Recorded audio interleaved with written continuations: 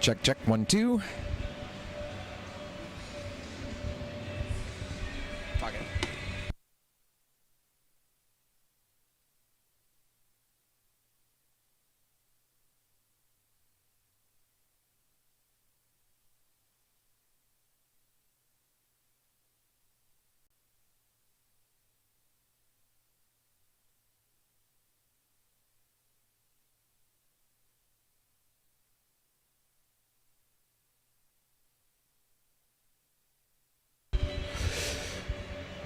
Gway, Ikchilida, hello and welcome to the Queen's Place Emera Centre here in beautiful Liverpool, Nova Scotia. My name is Michael Petter, joined by Mike Barkhouse for day number 2, game number 2 of the 2023 Don Johnson Memorial Championship Tournament. It's looking for the best junior BE hockey team in all of Atlantic Canada. The tournament started off last night, and it was an incredible, thrilling opening game as the Antigonish Bulldogs defeated the host Liverpool Privateers by a score of 4-3. Before we go any further, we must take a moment to acknowledge that the Queen's Place Emera Centre, the town of Liverpool, the entire region within Queens County, all lie within the ancestral unceded territory of Mi'kma'ki. We must also acknowledge the 2 great sponsors that you see in your screen right now, Best Western Plus here in Liverpool, as well as Mercy Seafoods. They are the 2 major sponsors of this event, and we want to thank both of those great organizations for all of their work that they are doing to help make this event happen. Now let's get into today's game. Mike Barkhouse, we've got the champions of New Brunswick, the Kent Coyotes, the champions of Newfoundland Labrador, the CBN Junior Stars. This should be, just like last night was, a very entertaining hockey game today. Yeah, not just the champions of the New Brunswick Junior Hockey League, but the defending champions of this event are the Kent Coyotes out of Kokan, New Brunswick. And that's the beauty of an event like this. You know, apart from when the host team plays, you're getting champions versus champions. So there's, again, it's just a coin flip game between all of these junior hockey teams. Expecting another good one today. And again, we don't know anything. By the end of today, we'll still know nothing about how this whole event's going to shake down, but we will have seen every team in this tournament after today's action concludes this evening, and we'll have a better sense of more storylines. But again, I see high flying potential from this one. There's a lot of offensive talent on display on both of these teams, and we saw it in the warm-up. Both teams look like they got their legs under them and ready to go. Both of us have covered junior hockey for a long time, so we know how difficult it is for a team at any time you're talking about age group hockey at any level, how hard it is to be a champion year after year. And for Kent, year after year after year, when you talk about the New Brunswick League, this is a team that has a huge pedigree of success in New Brunswick and in Atlantic Canada at the Don Johnson. There's no question about it, and every time, whether it's this event or the Junior C Atlantics, that New Brunswick Junior League, which, if you're not familiar, it's not split in the beginning of the season to Junior B versus Junior C. Every team is kind of in the New Brunswick League, and then they split it out mid-season into B and C based on merit, based on standings, and those kind of things. So whenever you get these events, the New Brunswick representative, whether it's the B level or the C level, are always in the thick of things and serious contenders, and we expect no different from Kent this year. And when you look at the CBN Junior Stars, that league in Newfoundland Labrador is a tough league. In order to get through that league, you've got to have some toughness, you've got to have some speed, you've got to have some skill. And just watching this team, I've had a chance to watch them a couple of times online, but you never really get a real sense. But watching them in the warm-up, there is definitely some speed on this Junior Stars team as well. Yeah, and like we talked about last night, gone are the days where you're at a particular junior level based on your talent alone. You know, we talked about last night, and for those who are just tuning in for the first time today, in days of yore, you'd be playing Junior B because that's what you're good enough for. You're not good enough for A, you're not good enough for Major Junior. Those days are over. University, friends, lifestyle choices that certain guys need to make, that feel they make the best choice for them. You find guys that are certainly capable of playing much higher levels of hockey, find their way to these Junior B ranks, and both teams have guys on the team that we'll talk about as the day goes on that fit that description. There's a lot of talent on both of these teams, especially the CBN Stars. They are not going to be a pushover. Again, as long as the travel was easy on them, they've certainly had the longest road to get here out of any of the 5 teams. But again, you plan for that, and I'm expecting them to start strong. They actually are sharing the same floor of the hotel that I am, right across the street here. And, you could tell they were having a little bit of fun last night, but once the 10 o'clock bell hit, that was it. The fun was over. You knew that they were getting down to business. They were going to be ready to go come this afternoon. And especially with the fact that, they're playing their opening game today, and then they're off until tomorrow. So they've got the early game today. They're off until tomorrow. For Kent, they've got this game today at 12 o'clock, but then they're going to be right back on the ice at 7:30. Do you think that might play a factor in how the strategy plays out when we get into the later stages of this game? Well, you certainly don't want to wear out your top couple lines, knowing you have another game later tonight. So I think you're going to have to balance your bench a little bit more on the days where you play the 2 games. I also think, without having the benefit of talking to the coaches before today's games, if it were up to me, I would rather get your 2-game day out of the way early, like Kent are today. They're playing 2 today. They won't do that again for the remainder of the tournament. I would rather do that than, say, on Thursday, just before you're starting to get into the meat and potatoes of things. I think that might be of some benefit, and again, one of the many stats that we're tracking as this event unfolds. And of course, the 2 teams who don't have to worry about that 2 games in one day are the 2 teams who played last night, Antigonish and Liverpool. For those who didn't get a chance to watch that game, Mike, it was an incredible hockey game. Yes, I mean, momentum shifts, different types of games within the same game. No goals in the first period. We thought we might have a defensive battle. Those 2 teams, though they're from the same league, due to the COVID rules and the travel cost rules in the Nova Scotia League, those 2 teams from opposite divisions hadn't seen each other all season long. So we didn't know if we were going to get a little bit of a slog and a feeling out process. Those 2 teams put on a show last night, and when you're having an event such as this, and you're talking about bringing people in as the week goes on, getting the crowds to grow, the host committee couldn't have asked for a better opening game to kind of showcase the product that the fans are going to see this week. And we have to talk about a couple of players in particular who, of course, as I go to do this, my computer decides that it's going to stop going on the internet for me. But a couple of players from last night's game. Bussey from the Liverpool Privateers had a 3-point night, and I believe it was Armstrong for the Bulldogs who had a 3-point night. Those 2 guys leading the way in the scoring early on, but leading the way in the scoring. Yeah, both of those guys very deserving of the player of the game honors. Yeah, talk about another guy that had a great game for Liverpool, maybe a little bit understated and not as outwardly noticeable. I really liked Alec Howie last night. I mean, not the most fleet of foot. He's not a burner, so to speak, but he's very shifty. He's got really good hands. He's very creative. He made a lot happen for Liverpool last night. It didn't reflect on the scoreboard, but I really liked his game. Durnford, the goaltender, it was an adventure at times, but certainly was solid. And then at the other end, of course, we talked about the importance of goaltending. Adam Katz for the Bulldogs.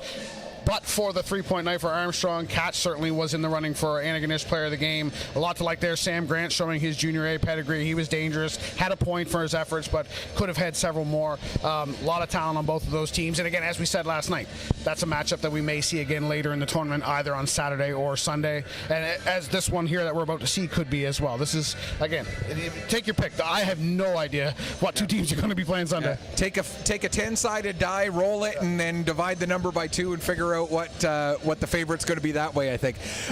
Coming back to Alec Howie, that one defensive play that he had on a partial breakaway, he back-checked so hard, was able to disrupt the shot attempt by the Bulldog player, and really helped out his goaltender in that play. And 9 times out of 10, you're going to see one of 2 things on that play: a penalty shot or a goal, because you don't get enough of the player to. He didn't either. He didn't surrender a penalty shot. He didn't take a penalty, and he did enough to impede the shot attempt from the Antigonish player. It was a great defensive effort. And I'm glad you mentioned it, because it's not about just scoring goals and picking up assists. You got to be a 200-foot player.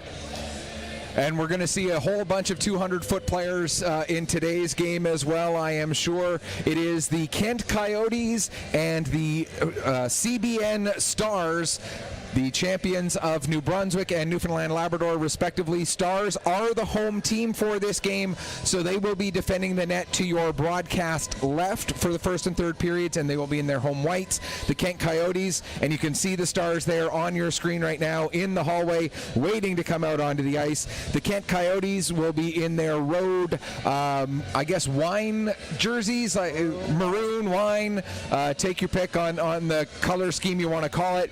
And my wife always jokes that I am the fashion police of the hockey world, or the sports world in general. And I got to say, all the jerseys that we've seen, and looking forward to seeing the PEI ones as well, all have been pretty sharp. Yep, and you like a nice contrast in colors too. It helps us, but again, not to harp. But judging from the warm up, both of these teams, thank you very much for having nice font on your name bars, yes. Especially the Stars, nice and big, thick lettering. That's always appreciated by us up here. There's nothing worse than having either a color combo or a font size that you have to get the magnifying glass out to see the names. You and I both having done the Maritime Hockey League for a long time, you remember those black jerseys with the dark purple numbers of the Amherst Ramblers. I still have nightmares about those. Yeah, it's no fun. You need an optometrist appointment after you've done the tournament, so thankfully I don't think we're going to have any of those issues this week. As we see the Stars coming out onto the ice, it's going to be Riley Pettin leading the way for them onto the ice, as Pettin will be the starting goaltender. He'll be backed up today by Logan Miles as the CBN Junior Stars take the ice, and following them out, here come the Coyotes, led by their starting goaltender. It's going to be Zachary LeBlanc getting the start, with his backup today is Olivier Dallaire. And I just want to go out right away and say, if my French accent on some names is not up to par, I do apologize in advance for that. I do have French Canadian in my background, but it doesn't mean my French accent always comes out quite as well as I hope. But thankfully, I have your back on that. I'm not fully bilingual, but I'm probably 35%. My pronunciation is my strong point, so I certainly will cover you aptly there. I like to think so anyway. Well, much appreciated as we get ready for O Canada. Ladies and gentlemen, please rise if you're able, remove your caps and join us in singing our national anthem.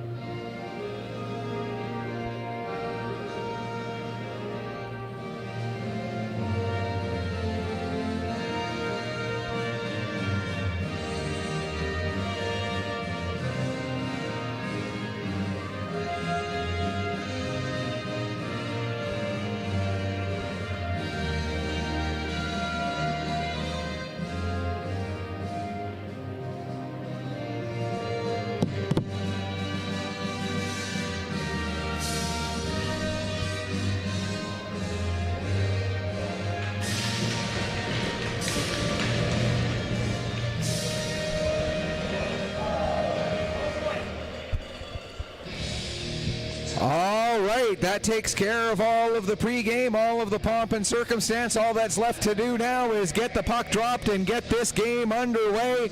Mike, I'm going to let you take over play-by-play on this one. I did play-by-play last night. This one's your turn, and then we'll take her from there.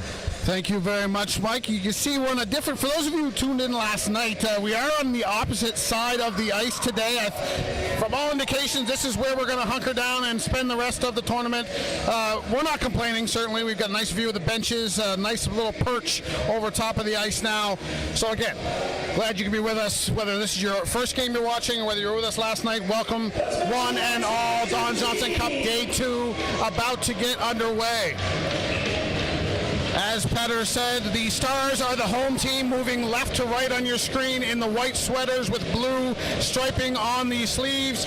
Coyotes moving right to left in the wine colored with black sleeves. We are underway from Liverpool, day 2 of the Don Johnson Cup. Here comes Crane. Alex Crane for the Stars, looking to make things happen. He loses the puck. Scramble in the defensive zone, back now come the Coyotes. That's turned over and sent in over the blue line. Quick whistle here, just 19 seconds in this hockey game. Offside on the Coyotes. For me, the thing I'm going to be watching for very closely in this game is 6 feet on either side of both blue lines. Who is able to control that section of ice throughout the course of the 60 minutes? Whichever team is able to better control the two blue lines, in my opinion, will have more success in this game. Luke Ackerman and Miguel Ishar in to take this draw in front of the Kent bench. Won and controlled by the Stars. Here's Parsons. Parsons sends this off his stick. Goes to Crosby. Crosby over to Kennedy. Back to Crosby. Has a look through the middle. Hits a couple bodies. It was Ackerman that falls. And now the Coyotes take over inside their own blue line, sent ahead. Too far for everyone. This is going to be an icing call on the Coyotes. Maybe a little nerves here in the early going. Not quite a minute gone. A couple whistles early. Bit of a different start from yesterday's game. Yesterday we had a whistle 5 seconds in, and then our next whistle wasn't until nearly 8.5 minutes. So you had a little bit of time off there in that one. For me, I'm having to talk here twice now in the first minute of the game. Yeah, it's a good thing we didn't get paid by the hour last night, but we would have been out here pretty quick. As we get back underway here to the right of Zachary LeBlanc. Shot from the point doesn't get through. Ackerman has it in the corner now. Ackerman being worked over down there by Philippe Drisdel. Now, looked like we might get a penalty there as there was a player hauled down. The referee's arm stays down. Rashad with a backhand. That's off a stick in wide. Rashad to the corner. Bodies colliding down there. Stars do clear, and now we are going to get our first penalty of the afternoon. It's going to be a roughing call, I believe. It is, and it looks like it's going to go against the Coyotes' Miguel Poirier. So the CBN Stars get the first power play of the game. Obviously, since this is their first game of the tournament, no stats to talk about so far for either of these teams as far as power play or penalty kill percentages. Face off to the left of Zachary LeBlanc in the Kent goal. First power play chance for either side. You see Kyle Pettin, former Halifax Moosehead and Campbellton Tiger, finishing his junior career at home, and he's playing the point on this power play. He's got it now. Pettin walks to the middle. Dishes it over, looking for Owen Sparks. Too far for him. Ackerman's got it now. They'll trade spots. Ackerman in the middle. Shoots. That doesn't get through. And the Coyotes clear. Clogging up the middle. Taking away the shooting lanes out of the Coyotes. Puck comes here to the red line. Waiting for it is Parsons. He'll get it down to Pettin. Pettin got it too far ahead, and the Coyotes will send it off glass and deep once more. First 30 seconds gone in this CBN man advantage, and they'll set up below their goal line. And finally, here they come. Sparks gets it over to Ackerman. Ahead to Dawson Crane, former South Shore Lumberjacks 5th round pick. Dawson Crane centers. Passed up a good shooting opportunity, it looked like there for that pass, and it goes all the way down to his own zone. 2 minutes gone in this hockey game. 1:05 to go in this Stars power play. Scoreless in Liverpool, shotless in Liverpool here. Tentative start to game 2. Ackerman now over the blue line, being hounded by Casey, sends it down low. Out of the net to play it is LeBlanc. Pettin waits for it at the near point, tries to glove it ahead, and as he does, the whistle goes. That's a glove pass. Whistle goes. We'll get a neutral zone face-off. 48 seconds to go in this Stars power play. Stars being kept to the outside when they do get offensive zone time on this power play so far, but the Coyotes doing a good job of forcing the Stars out of the zone a couple of times already, all the way back deep into their own end. Can't do very well on a power play when you're playing it out of your own zone. Jeremy Casey wins this draw. Look out for the Coyotes as the clearance goes off a stick and up towards us in our general direction, but not quite high enough. I think that's probably not the last time we'll talk about that this week. Yeah, not having netting in front of us gives you, the viewers, a little bit better view, but it does give us a little bit more danger pay. Correct. Face-off won by the Coyotes. They'll send it to the length of the ice. 35 seconds left now on the power play, so time for one last rush up ice for the Stars here to try and open the scoring. Still no shots on goal in this hockey game as Crosby gets around Bastarash. He'll chase it to the corner, pokes it far side. Ackerman now has a look. Back to Dawson Crane. He's got room. Ackerman, top of the circle, shoots. That doesn't get through. Another good shot block by the Coyotes, clogging the middle. 10 seconds left in the power play now. King boots it up to the stick, gets it back to Kyle Pettin. Pettin, wrist shot off the leg of Jeremy Casey and wide. Ackerman over to the far side. The penalty comes to a close. The Coyotes kill it off. Not out of the woods just yet, though. Crosby walks off the wall, hits a body and goes wide. Kept in by Pettin. Ackerman towards the goal. That's wide. Crane over to get it. Territorially, it's been all CBN here in the early going, but we expect a pushback from Kent here now that we're back to 5 aside. Here comes Bask, one of the top scorers for them, trying to walk down the middle. CBN converge and keep him out of the slot area. Now Arsenault with a shot. That doesn't get through. Oates comes away with it in the slot, makes a nice move there. And here comes Brady Oates. Going wide on Arsenault. He's bumped off the puck. Oates in to try and dig this out. He will. Good read by Raw. He can't clear. Now LeBlanc will try it in the far corner. That's Julien LeBlanc, top scoring defenseman for the Coyotes. He will be an impact player to watch in this event. Freeney now sends it deep. Out of the net is LeBlanc. Crashes into the end boards. Stops the puck though. Over the middle looking for Bro. That's program. Now Raw in to take that. Samuel Raw drops for the shot. Squeaks right through the crease and just missed that far post by a couple inches. Drisdale now with a lane. Winds, fires, redirected in front by Richard. And there's our first save of the day, 4.5 minutes into this hockey game. Part of the reason that's the first save of the day, we've already had 6 blocked shots in the first 4.5 minutes, 3 of them coming on that penalty kill by the Kent Coyotes. A fourth one also credited to the Coyotes. 2 blocked shots so far for the CBN Stars, and we'll keep a close eye on that stat, as obviously that's going to be a big factor in this game as well. Well, I think you would agree with me. That's called winning hockey. Yes. Back underway in neutral ice.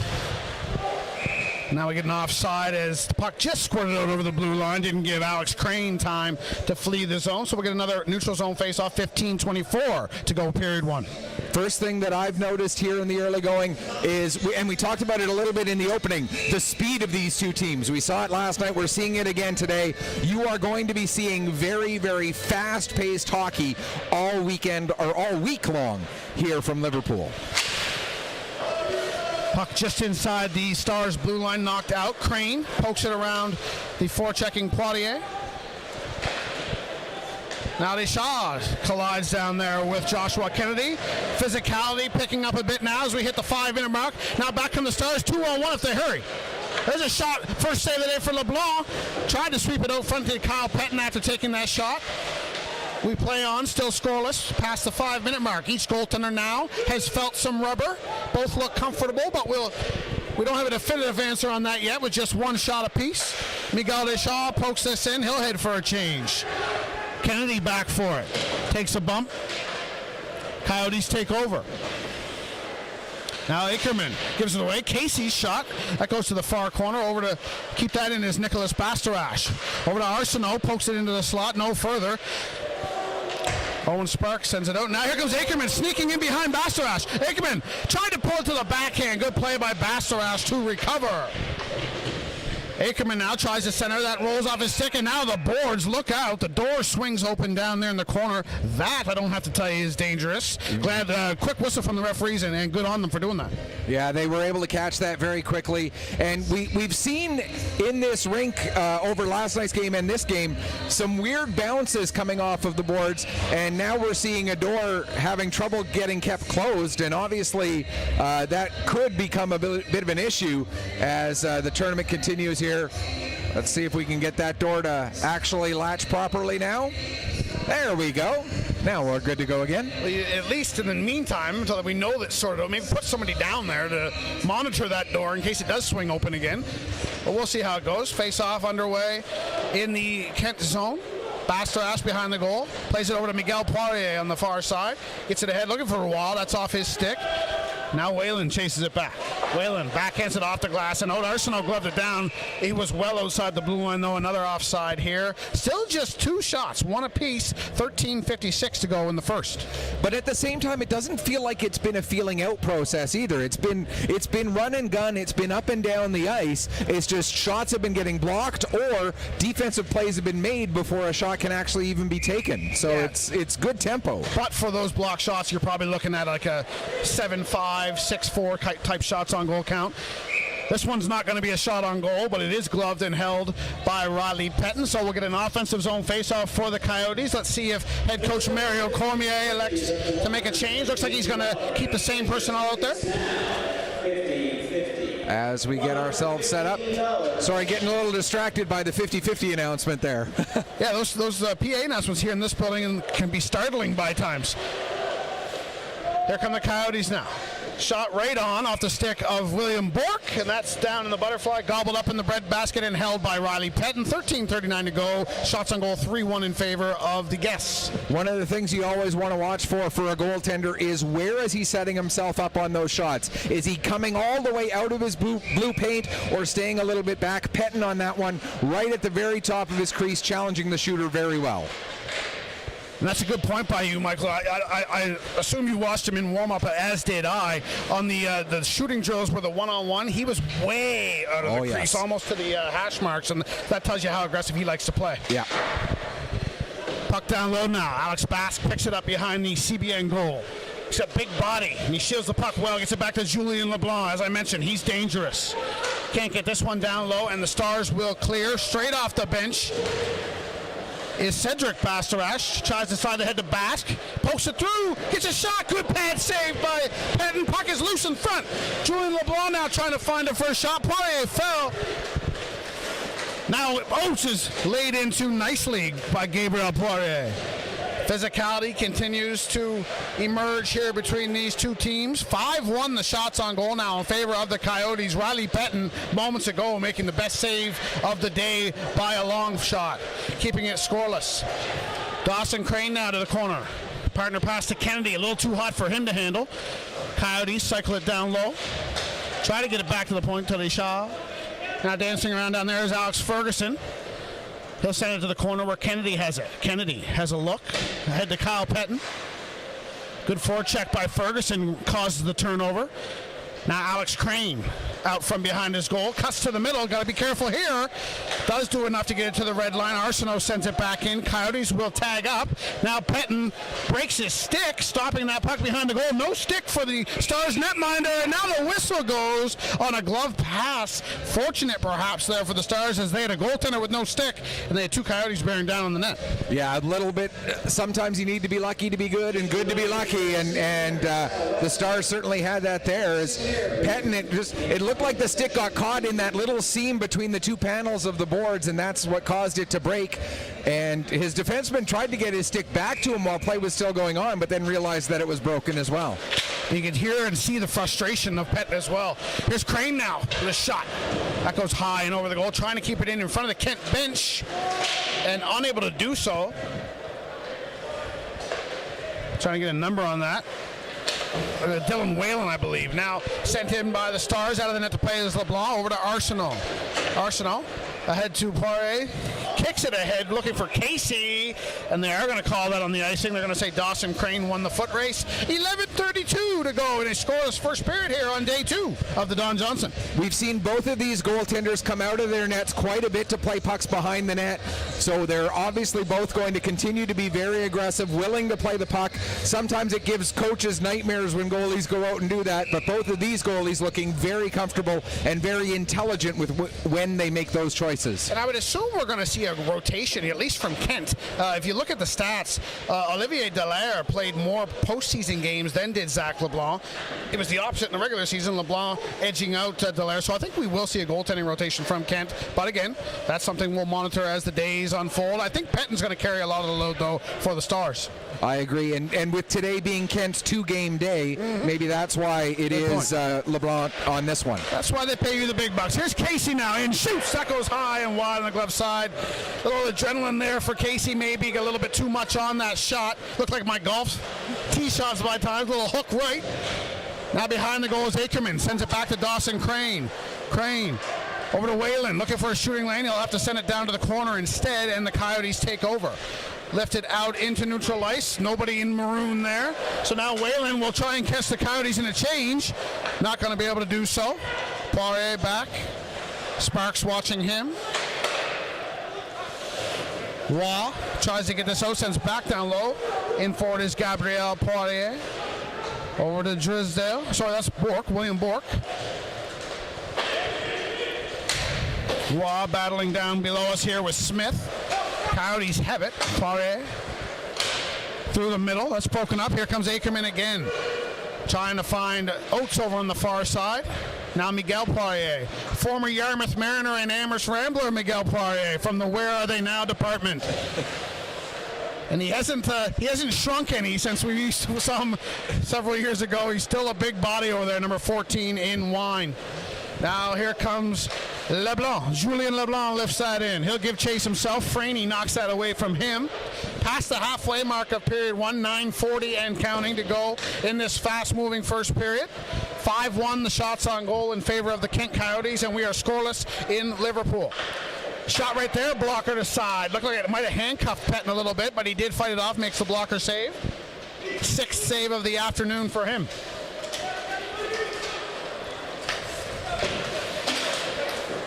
Bro now. Joshua Bro gets it to Roy. Samuel Roy. My apologies. Nothing doing there. Now Smith sends it deep for the Stars. LeBlanc paddle down. Looks. Now he'll play it wisely to the far corner. Arsenault. Pierre-Luc Arsenault. Ahead to Casey. Jeremy Casey. Far side. Nice move there. Still with it.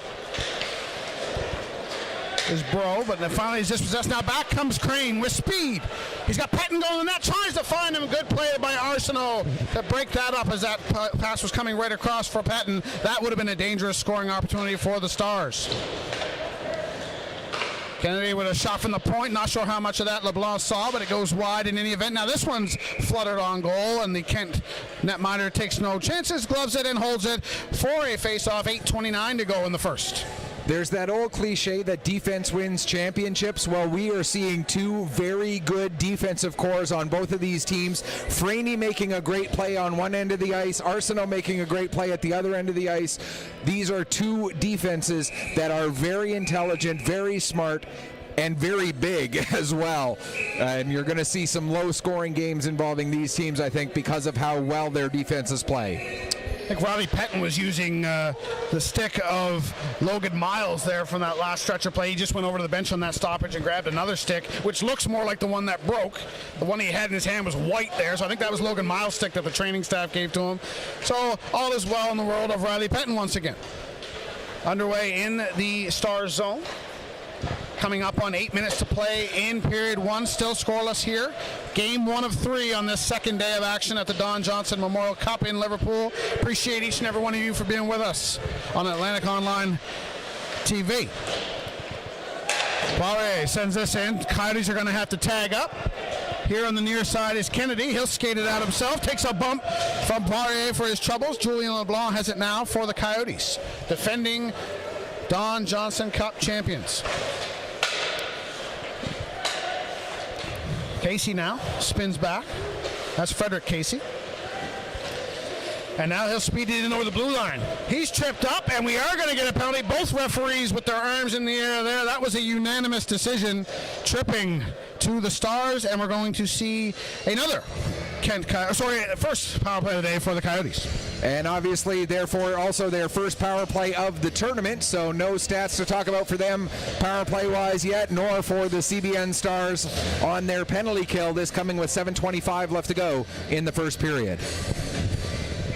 6-3 shots on goal right now in favor of the Coyotes. You'd like their chances of adding to that here right now. There's a shot, doesn't get through by Bro. Now shot from Ferguson, kicked aside by Pettin.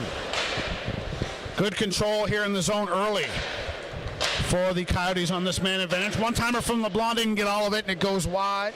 Ferguson has it on the far side, trades spots with Bro. Ferguson slides it down to LeBlanc, cross ice for Bro, couldn't come up with the pass cleanly. Now try and cycle it down low. Good read by Dawson Crane. Can't clear, though. Basque now. Over here, LeBlanc can't catch up. And the Stars do clear. Good work by Oates there. Now Oates is going to try and catch up to it and make something happen short-handed. Looking for Ackerman in the slot. That doesn't get there. Whalen with it now at his own blue line. He'll send it the length of the ice. 1:10 to go in this first power play of the day for the Kent Coyotes.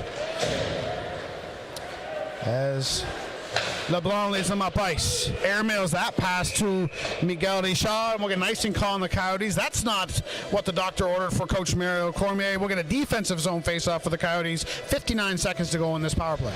And you hate to harp on a thing like this, but he was only one or two more strides away from getting to that red line.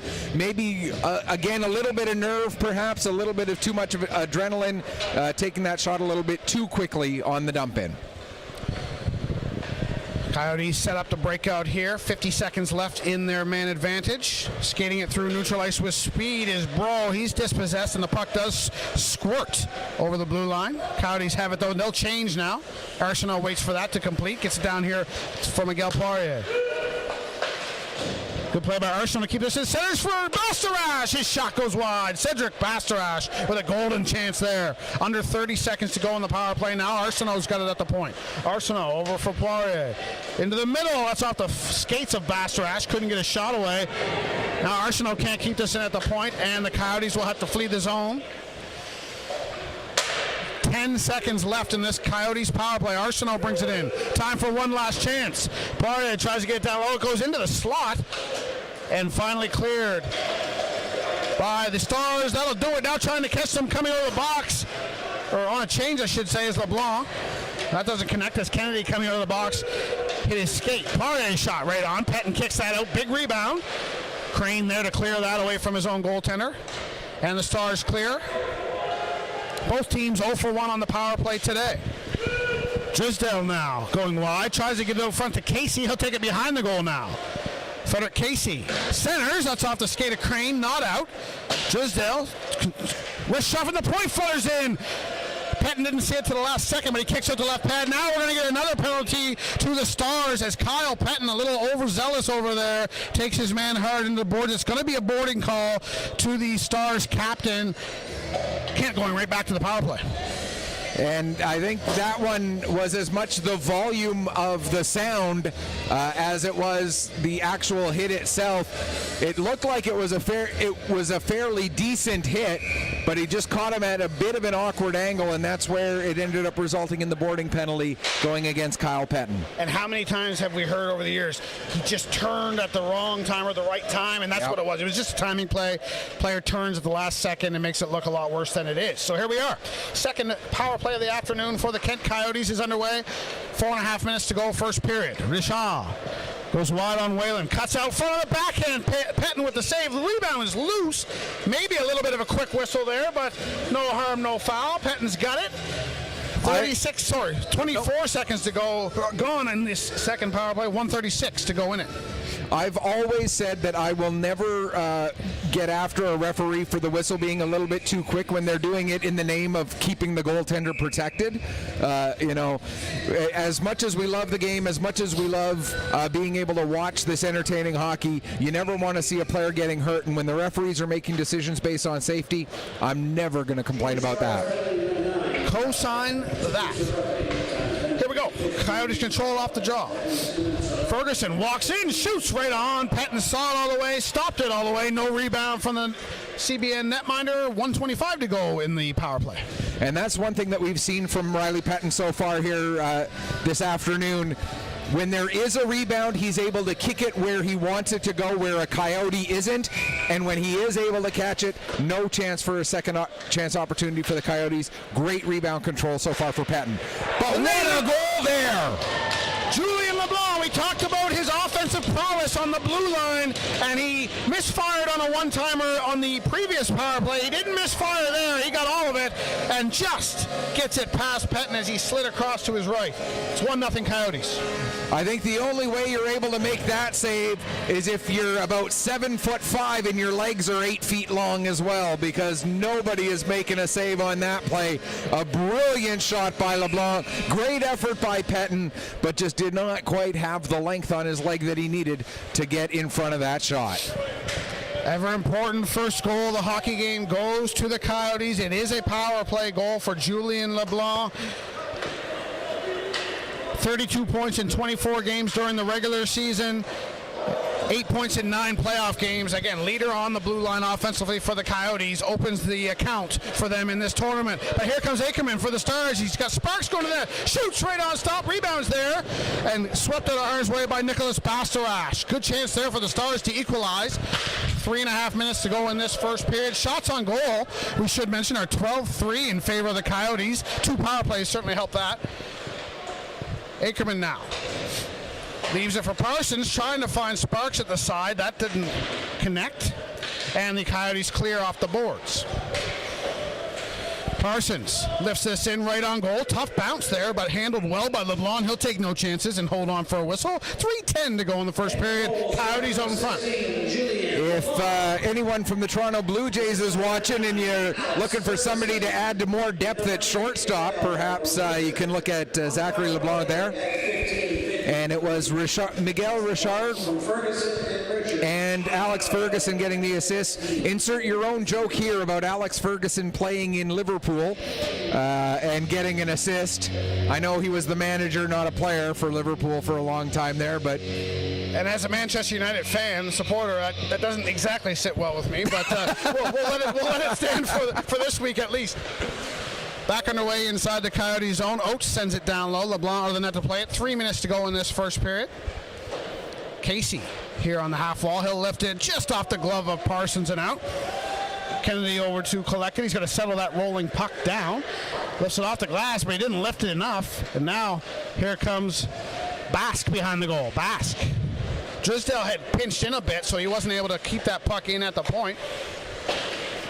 Bro, at the near blue line, a little bit of a late whistle, but they're going to call that dead on the offside. 2:36 to go in the first. Still 1-0 Coyotes. Shots on goal 13-4 in favor of Kent.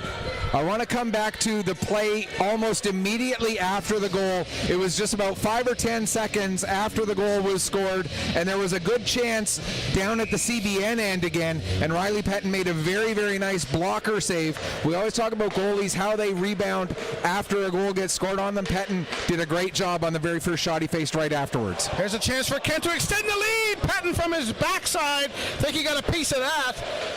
Pass just snuck through to the front of the goal. Pettin keeps it out, and it is a shot on goal as it goes up on the board. So that's save number 13 for Riley Pettin in this busy first period for him.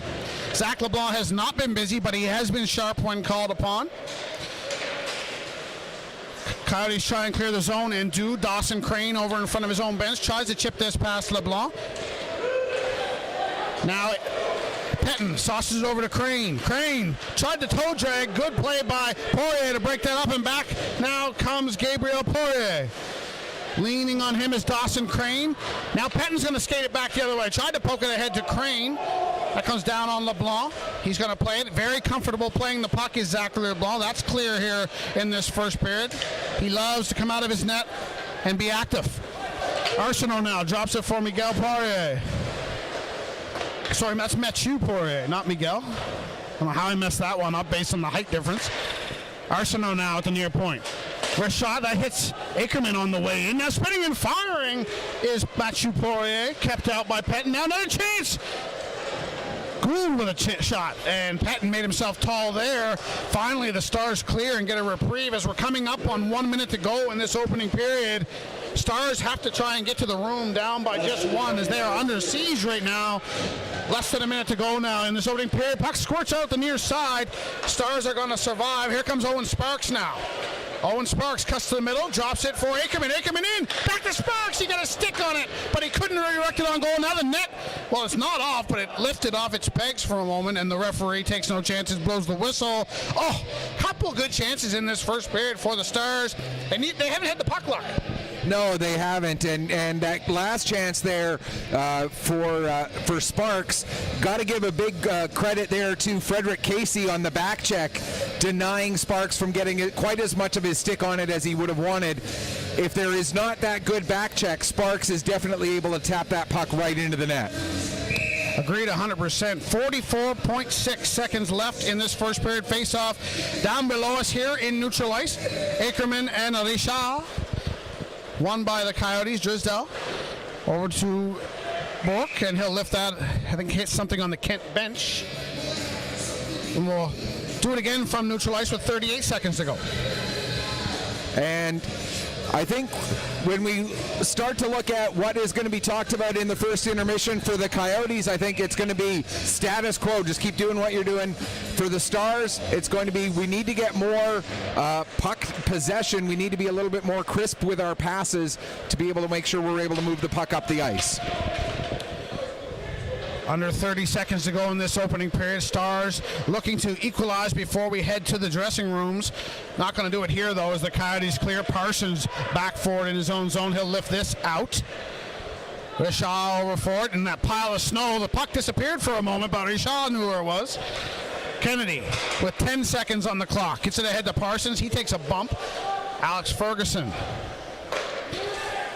Coyotes just content to let the clock run out, and run out it will. 20 minutes in the books here on the second game of the event, first game of day 2 of the Don Johnson Memorial Cup, and as expected, we have a good one.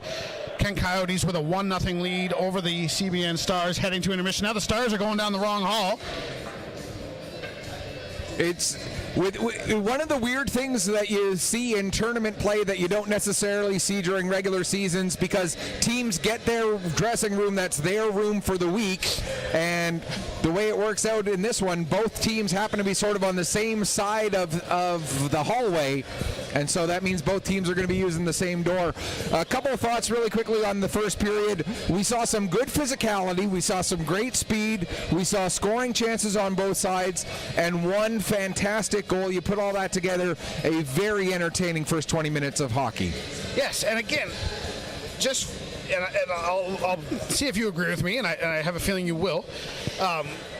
The shots are 16-4. If you just turn this on and you look at that right now on the screen, you say 16-4. Wow. The goaltender must have stood on his head. That's a dominant first period for the visiting team. I didn't see it that way, and I will say it's clear that there is a lot of offensive talent on that CBN Stars team. Ackerman, Pettin, Sparks, namely, they had chances in that first period. Those are going to be a hard group of players to keep off this scoreboard. This thing is far from over, and I think you're going to see a really, really high-flying final 40 minutes. Absolutely, I agree 100%. We use the term puck luck a lot. The Stars did not get very much puck luck in the way of that first period. The Coyotes were able to get chances and were able to take advantage of that one on the power play. And I think over the course of the rest of this game, you're going to see that puck luck start to even out a little bit, and the Stars are going to be, they're only down by 1 goal. This is far, far, far from being over. That's right. He's Michael Petter. I'm Mike Barkhouse. We're going to pause now for the first intermission. Shots on goal, 16-4 in favor of the Coyotes. And your score after 1 period of play at the Don Johnson Memorial Cup. The Kent Coyotes won. The CBN Stars, no score. First intermission time. Come back and see us for the call of the second.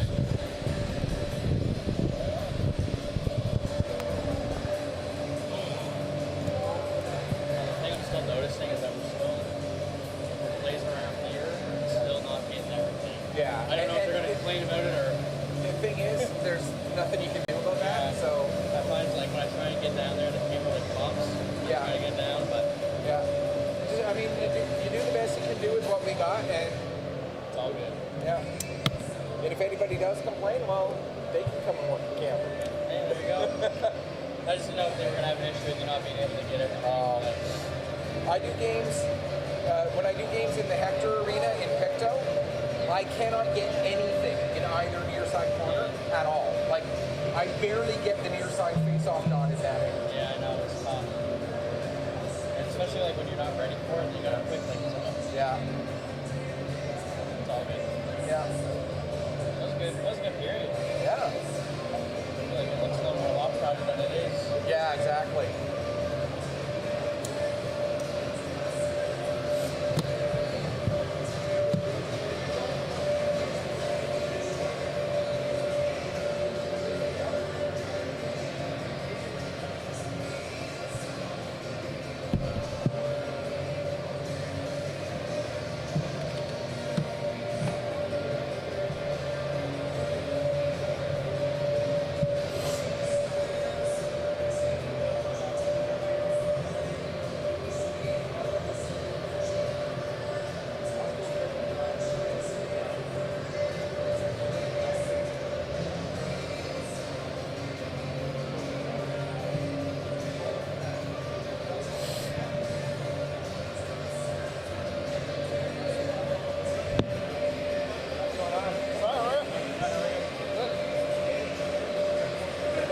Yeah. I'm off right now, so. Wow. Okay. How are you? Me? What a day.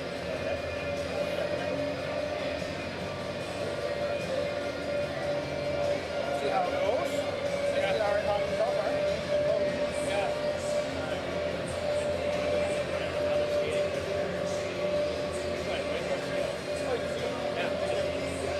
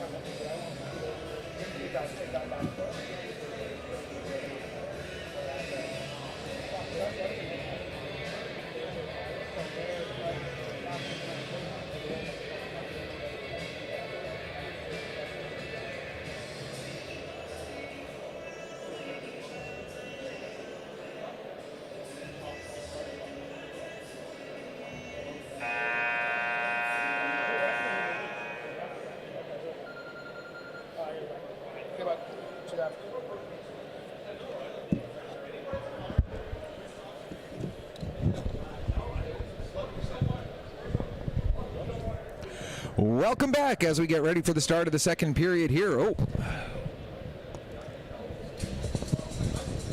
There we go, second period, and the Kent Coyotes lead. There we go. As I always say, if there's a discrepancy between what you see on your screen and what you know to be the truth when it comes to the scoreboard, it's just because I haven't hit a button yet. I'm a little slow sometimes pressing those buttons, but you know, we'll make sure that we're caught up at some point or another. Mike, a very entertaining first period, and we obviously expect more of the same here through the second and third. Yep, absolutely. Just having a conversation with one of the referees that's in this tournament. He's going to have the 4 o'clock game. He shares the same sentiment that you and I do. He's really impressed by the speed and skill of this CBN Stars team, and he feels the same way, that it's going to be a much different looking scoreline when this thing is all said and done. Don't go anywhere. What you saw in the first period is not an indicator of how this thing's going to end. Definitely. You know, the 16-4 shot line, sometimes you see a game where the shots are 16-4 and it's because it's a one-sided game. This is not that in any way, shape, or form. It's because of 2 key factors. One, the Kent Coyotes defense are doing such a great job blocking shots before they get all the way through to Zachary LeBlanc, excuse me.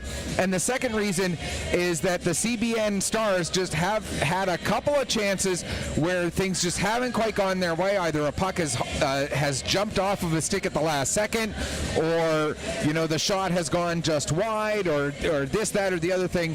But it is a much closer game than that 16-4 shot line would suggest. Absolutely, and some of these skill guys for the Stars eventually are going to start getting pucks on net, and we'll see what happens then. But again, that's not to discredit the Coyotes. This isn't us saying we're predicting the Stars are going to win this game. Stay tuned. That's not what we're doing. We're just saying the shots count for certain is going to be a lot more level when this thing is all said and done. Just the one goal to tell you about as we get second period action underway. It was Julien LeBlanc's first of the tournament. Alex Ferguson and Miguel Shaw with the assist. That was a power play goal for the Coyotes. 1 for 2 in that first period with the man advantage. Stars did not score on their only opportunity. And there you see again, LeBlanc loves to come out of the net and play the puck. He did that right there. Very aggressive goaltender coming out. Bro takes a shove from behind by Ackerman, pops right back up. Sparks will try and clear, hits the linesman there in front of the Coyotes bench. Now Sparks in to take that away. Sparks shoots, that's off the shin pad of Bork. Drisdale has it in the far corner. Bork and Crosby come together. Crosby can't get it down low. Coyotes set it off glass and out. Now here comes Bro in all alone. Joshua Bro shoots. Saved by Pettin, and it's cleared out of harm's way by his defenseman just in the nick of time. Now Poirier's got to wait as Bro was coming out of the zone. Here's Ferguson to LeBlanc. Can't get the shot away. Good work there by Crosby to tie him up at the last second. Poirier over to the far boards. Keep this in. Wrist shot through traffic. That's steered to the corner nicely by Pettin. Now Poirier again. Slap shot this time. Same result. Now the wraparound chance. And that stays out. Ferguson had a good chance. Sparks battling down there with Richard. Now going hard into the boards is Richard. That could have been a boarding penalty. It was not called. That looked more dangerous than the one that was called in period 1 that led to the Coyotes' goal. Now LeBlanc and Ackerman come together. Stars trying to clear, and they do. Poirier backed into his own zone for it. Stars are changing, so a soft forecheck here. Poirier sends it off. Sparks stick. Here's Kyle Pettin. Shoots. Stopped. Rebounds there. Another chance. And LeBlanc with not 1, but 2 saves here early in the second period. 2 minutes exactly gone. It remains 1-0 Coyotes. I'm still trying to figure out how Alex Ferguson did not score on that wraparound attempt. I don't know if it was Riley Pettin getting a foot over there or if it was one of his defensemen who somehow kept that puck out of the net. But a brilliant stop by whoever it was who made it. And folks, as you're watching, you can go back and rewind and then fast forward again, so you can go back and take another look at that, and maybe you can tell us how that puck stayed out of the net. Indeed, because you and I both don't know. We saw a lot of white ice and we saw a black puck. It didn't go in. It wasn't gravity that kept it out, so somebody got a stick on that puck. And give the referee credit as well. He was in a great position to make that call to make sure that that puck stayed out as well. Face off to the left of Pettin here in the CBN goal. Stars win it. Dawson Crane looking for Whalen. That's too far for him. Now Alex Crane in to grab it. Now that misfire comes right on front. Wall shoots. Good block by Alex Crane. It goes up and hits something in the rafters. And good thing, because that puck was going to come down right in front of Riley Pettin. Dangerous chance there off a turnover for Coyotes. And the puck rolls off of Crane's stick somehow, but Crane was able to recover himself and make that block. So, you know, sometimes you see guys bail each other out. That time it was Crane able to bail himself out off of that mistake. If only it were like that every time. There's a chance off the draw. Gould had a chance, and Pettin had to make another save. He's got 19 saves here now through 22 and a half minutes or so. He's been a busy boy in that Stars goal. Now Bastarash tried to get over here to the near point. Eventually Arsenault does poke it to a teammate. Casey sends that through the middle. No one able to get a stick on that. Now King for the Stars. And we're going to get a penalty behind the play too. CBN, it's going to be a charging call, and it looks like it's going to be Alex Crane to the box. So Stars aren't doing themselves any favors here, continually sending the Coyotes to the power play. 17-12 to go in the second. Power play number 3 coming up for Kent. And it looked like it was a little bit of a delayed reaction there by the referee. The hit was made. He waited a second or two, then got his arm up in the air to make the decision to call that charging penalty. I think the delay was on whether he was going to call it charging or whether he was going to call it boarding or a hit from behind. The eventual decision was a charge, so now it is the third power play of the day for the Coyotes. And a big early period kill here on deck for the Stars as the Coyotes get set up in neutral ice. Here comes Basque, tried to run over Kennedy. It's in his feet and just poked out by Kennedy. Julien LeBlanc, the goal scorer, with it now. He'll lift it into the corner. Kennedy back for it behind his goal. First 30 seconds gone in the Stars penalty kill, and they'll send this one the length of the ice. LeBlanc plays it over here for Bro. Joshua Bro circles back, gets it to Ferguson, and he picks up a head of steam, and here he goes over the blue line. Ferguson stops at the top of the circle, waits, now gets it back to Bro, to Ferguson. Down low, centering pass, Basque with the redirect, it's loose in front, and they score! I don't know who got the final touch, but it's another power play goal for the Kent Coyotes, and they lead it 2-0. I think it is Julien LeBlanc getting his second, as he does lead the team down across the front of the bench, and it looked like it might have been him who had gotten that last touch of the puck. So Julien LeBlanc, his second power play goal of the game, doubles up the lead.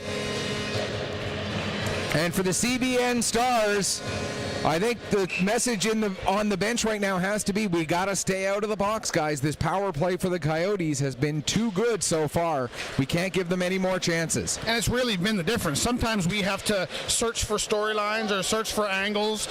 Not in this one. The power play's been the difference. Three power play opportunities, 2 power play goals for the Coyotes. That is the difference in this hockey game. 4 minutes in, as another pad save there by Riley Pettin. Now back come the Stars, trying to answer back. There's a shot from Crosby off the leg of Bourque and up and over the glass and out of play. Another shot block from the Coyotes. 15:53 to go here in the second as we get the assists on this goal. Alex Basque with an assist, as well as Ferguson. He'll pick up his second assist of the day.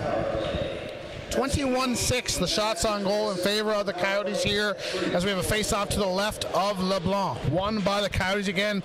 Next goal in this hockey game, gigantic, Michael. Absolutely. There's a big difference between 3-0 and 2-1, especially if it ends up being somehow another power play goal. Then that really does turn the story even larger on special teams.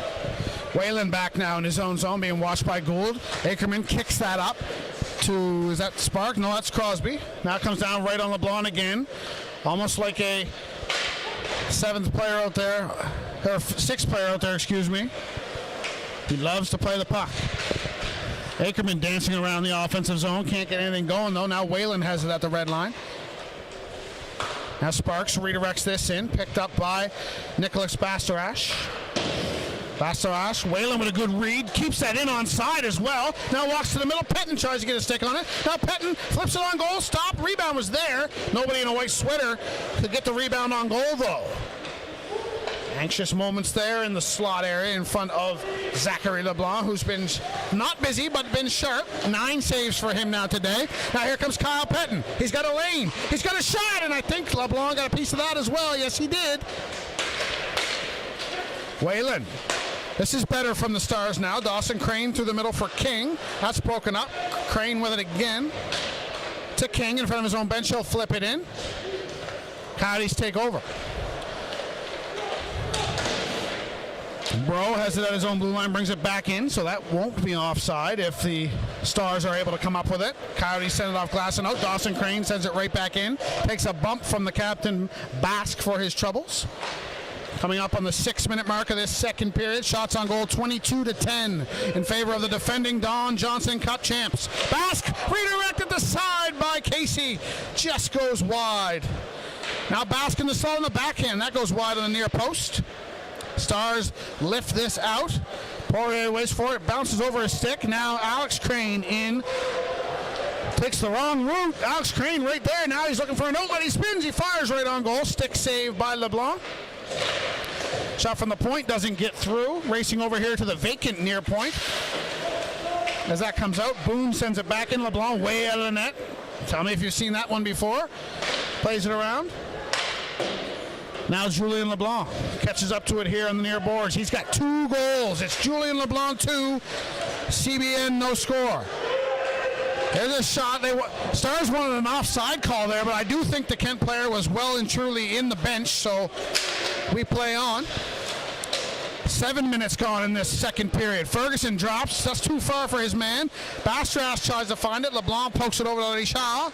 Now LeBlanc winds. Didn't get all that. Goes right to Ferguson. It's loose at the side, and good play by, I believe that was Joshua Kennedy coming over to break that up before a maroon sweater could knock it home. And now we're finally going to get an icing call on the Coyotes here and a breather. The referee sort out the change. 12:41 to go in the second. You were right. It was Kennedy who made that great play, saving a goal, keeping it from being a 3-0 scoreline right now. We've seen plays like that from Kennedy a couple of times in this game. Parsons has had a couple of nice plays on the back end, as has Dawson Crane as well. The CBN Stars defense has been very, very good. The 2 goals that have been given up, you really can't blame the defense. You can't blame the goaltender. Just power play goals, they're going to happen. Yeah, and that piggybacks the point we made between periods about the misleading shot count and there's not as much difference between these two teams as what the shots may say. That's because of how good this defensive unit has been for Kent, blocking shots, clogging up the front of the net. Exactly. Couple more chances there for the Coyotes. Pettin makes a good save, and the rebound went just wide. This one's going to clear down. Icing waved off immediately, way out to the corner to play it is LeBlanc. As the Kensington Vipers are behind the goal, getting a peek at their eventual opponents, champions of the Prince Edward Island Junior Hockey League. We'll see them up next against the Antigonish Bulldogs. Looking forward to that one. But lots of hockey left in this one before we get to that one. Dawson Crane behind the goal. Through the middle, this way behind Owen Sparks, and that's going to be an icing call on CBN. 11:55 to go in the second. Do you see maybe a little bit of a lull right now in the Stars? A little bit, yeah. They feel like they're trying to catch their footing again, trying to get themselves back into this game. They will start to get their pushback to come here, I think, as we get to the later stages of this second period, as the clock starts to become a little bit more of a factor, although with it being only a 2-goal game, I think you'll see this as that door came open again. That's the reason for the stoppage, that same door, and that's the door the officials come in and out of, and that obviously is going to be an area of concern. You saw it in person in Bridgewater, one of the last games of the regular season for the South Shore Lumberjacks against my Pictou County Crushers. What would have been an innocent hit turned into a bad situation because a door ended up coming open.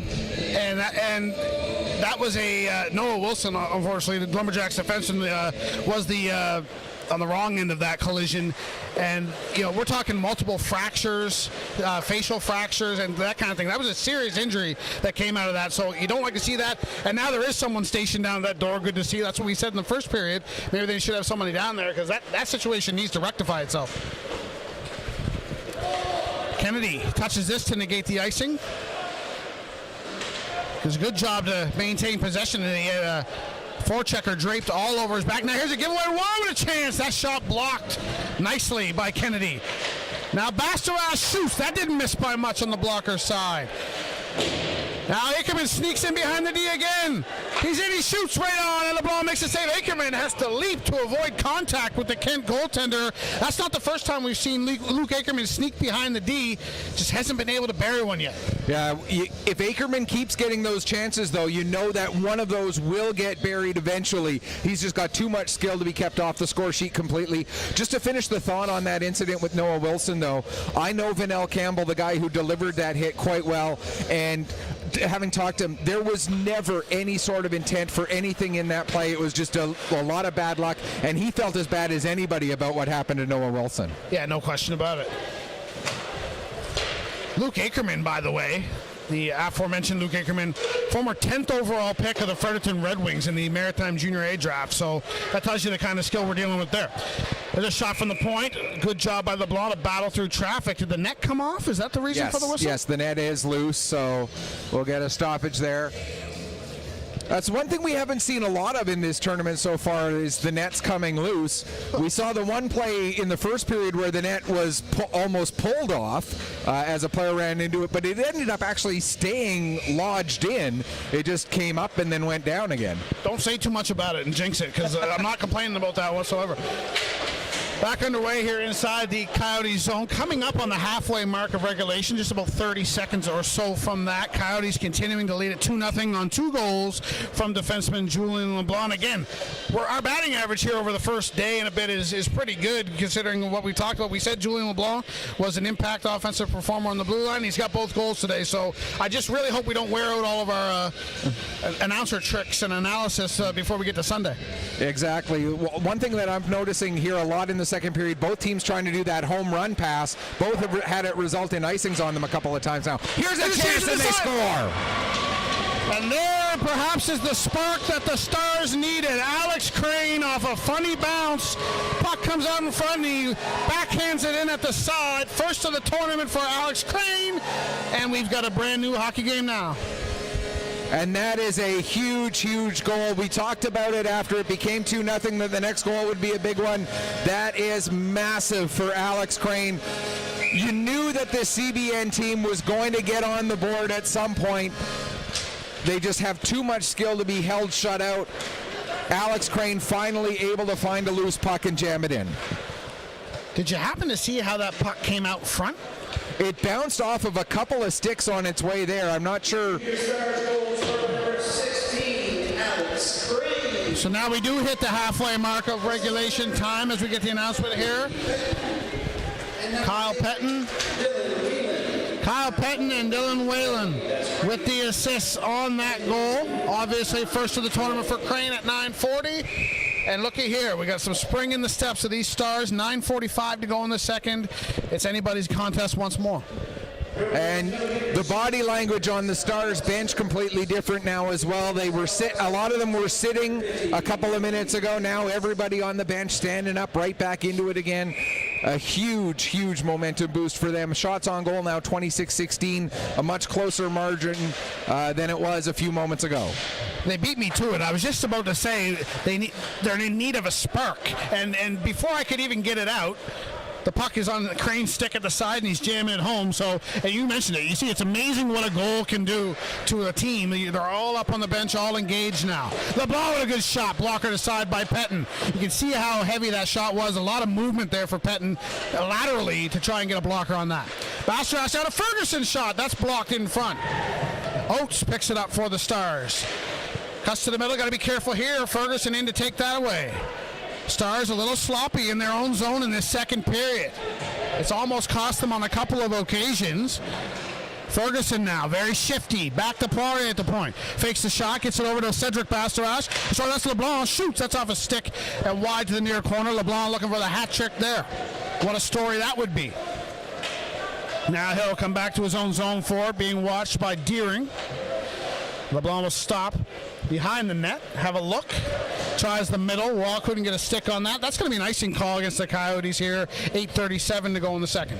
I want to come back to Joshua Kennedy again because he's the one who had that blocked shot earlier in that sequence. Kennedy continues to do a lot of great things on the back end for this CBN Stars team. Doesn't do a lot flashy offensively, but defensively so solid for this Stars team. Sparks now as we're back underway inside the Coyote zone.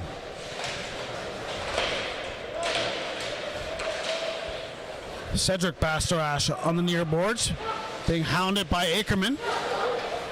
Good job by Bastarache to get that to Gabriel Poirier. Now Bastarache comes together with Parsons. Ackerman in to pick that up. Ackerman now. Sauces it here to the near blue line. Sparks redirects it in. That's really all he could do. Wasn't going to come up with that clean. Miguel Poirier now. In transition are the Coyotes. Joshua Poirier. Shot goes wide. That was just onside at the near blue line. Very close to being offside by the Coyotes, but I think the linesman got it right. Kennedy sends that out to neutral ice. Drysdale. Over to Bourque. To Miguel Poirier. Sparks to Kennedy. Through the middle, softly. Trying to pool cue it over there is Crosby. Coyotes take over. Some scrambly back and forth play here in the neutral zone. Now here comes Nicholas Bourque for the Coyotes to Poirier, looking for a wall at the side. That pass needed to be along the ice. It was not. It was about knee high. Tough one to knock in there from that close. Sparks can't get it through the forecheck. Now here's a chance off the bench. Good save by Petten, as that was Mathieu Poirier leaning into that one fresh off the bench.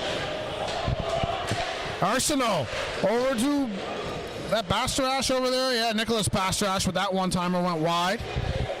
26 saves right now for Riley Petten. If you're looking at starting to look at player of the game candidates for either side, Riley Petten front of mind for the Stars, no question. Now here's a giveaway at the side. Backhand scores!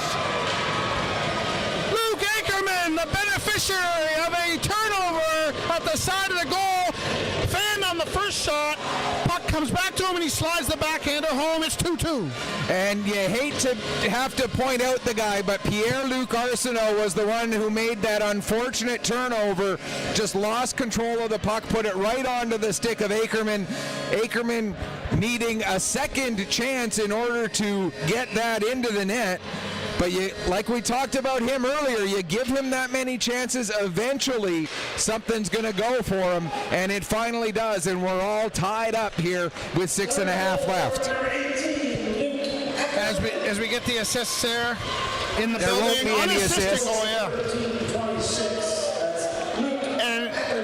And as the cruelty of hockey sometimes is, when you do have a poor giveaway like that, sometimes it is to one of the better players on the other team. That's not who you want to be giving the puck away to in that location. And unfortunately for the Coyotes there, that's who it was.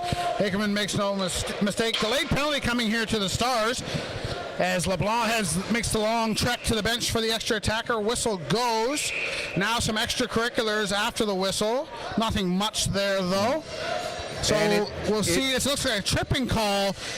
And it looks like it's Alex Crane to the box again. Second minor of the day for him. 5:55 to go in the second period. The Stars have just tied things at 2, but now they're going back to the penalty kill. Yeah, Crane was trying to make a good defensive play there on a bit of a dive to try and get his stick on the puck, but instead of getting puck, he got skate. And as a result, it is a trip. And the referee doing what he had to do, which is make the call. Now the fourth power play of the game for the Kent Coyotes. They're already 2 for 3. Basque now as the Coyotes control. LeBlanc at the point. He's got 2. Bro to Basque. Nice touch pass to Ferguson. Can't come up with a clean. He'll have to reset. Alex Ferguson down low. Ferguson has it back on the half wall. Back to Bro. Bro walks to the middle, looking for a shooting lane to develop. Wrist shot. That sails high and wide. Ferguson sends it to Basque. Basque chips it down low. Now Richard cross ice looking for LeBlanc. Getting a stick on that was Oates. Julien LeBlanc down low for Ferguson.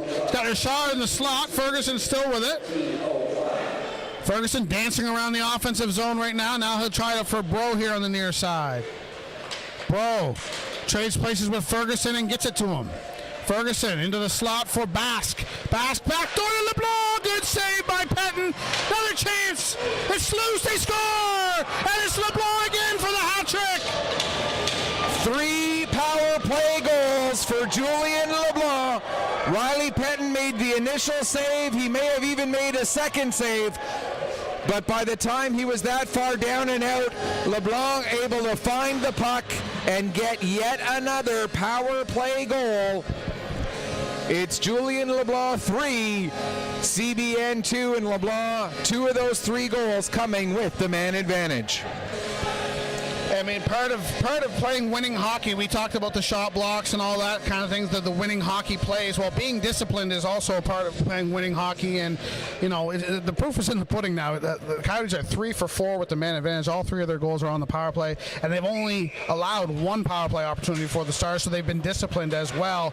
And there's no question what the difference in this hockey game has been so far. Under 5 to go here in this second period now. Coyotes regaining the lead. Julien LeBlanc, wow. Not 1, not 2, but 3 goals so far. And we're not even done the second period yet for the high-scoring defender from the Kent Coyotes. Stretch pass here, looking for Crosby. Too far for him. That's going to go on the icing with 4:35 to go. Crosby trying to argue that he did get a piece of that puck, but I don't think he's going to win that argument as we get the announcement of LeBlanc's goal. Assisted by number 8, Miguel Richard, and number 77, Alex Basque. Richard gets his second assist of the game. Basque gets his second assist of the game. So here comes Crosby now, back for the Stars, looking to equalize once more. Whalen has it in front of the Kent bench. 31-18, the shots on goal in favor of the Coyotes. Riley Pettin has kept his team in this game.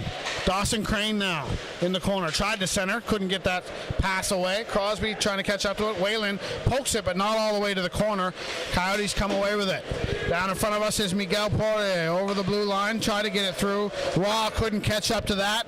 Stars clear. That's going to be another icing call, so no change permitted here. 3:59 to go in the second period. Looks like a tired group out there right now for the Stars.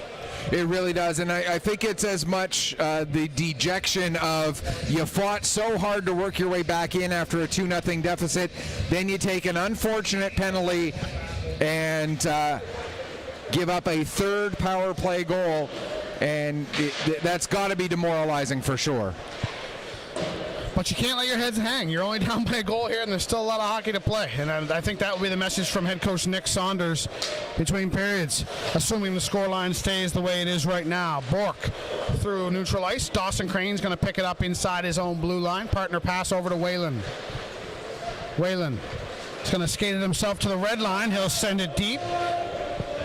Ackerman on the forecheck. Gisdale battling with him. Ackerman back to the point to Crane. Dawson Crane with a shot. Ackerman with a good chance.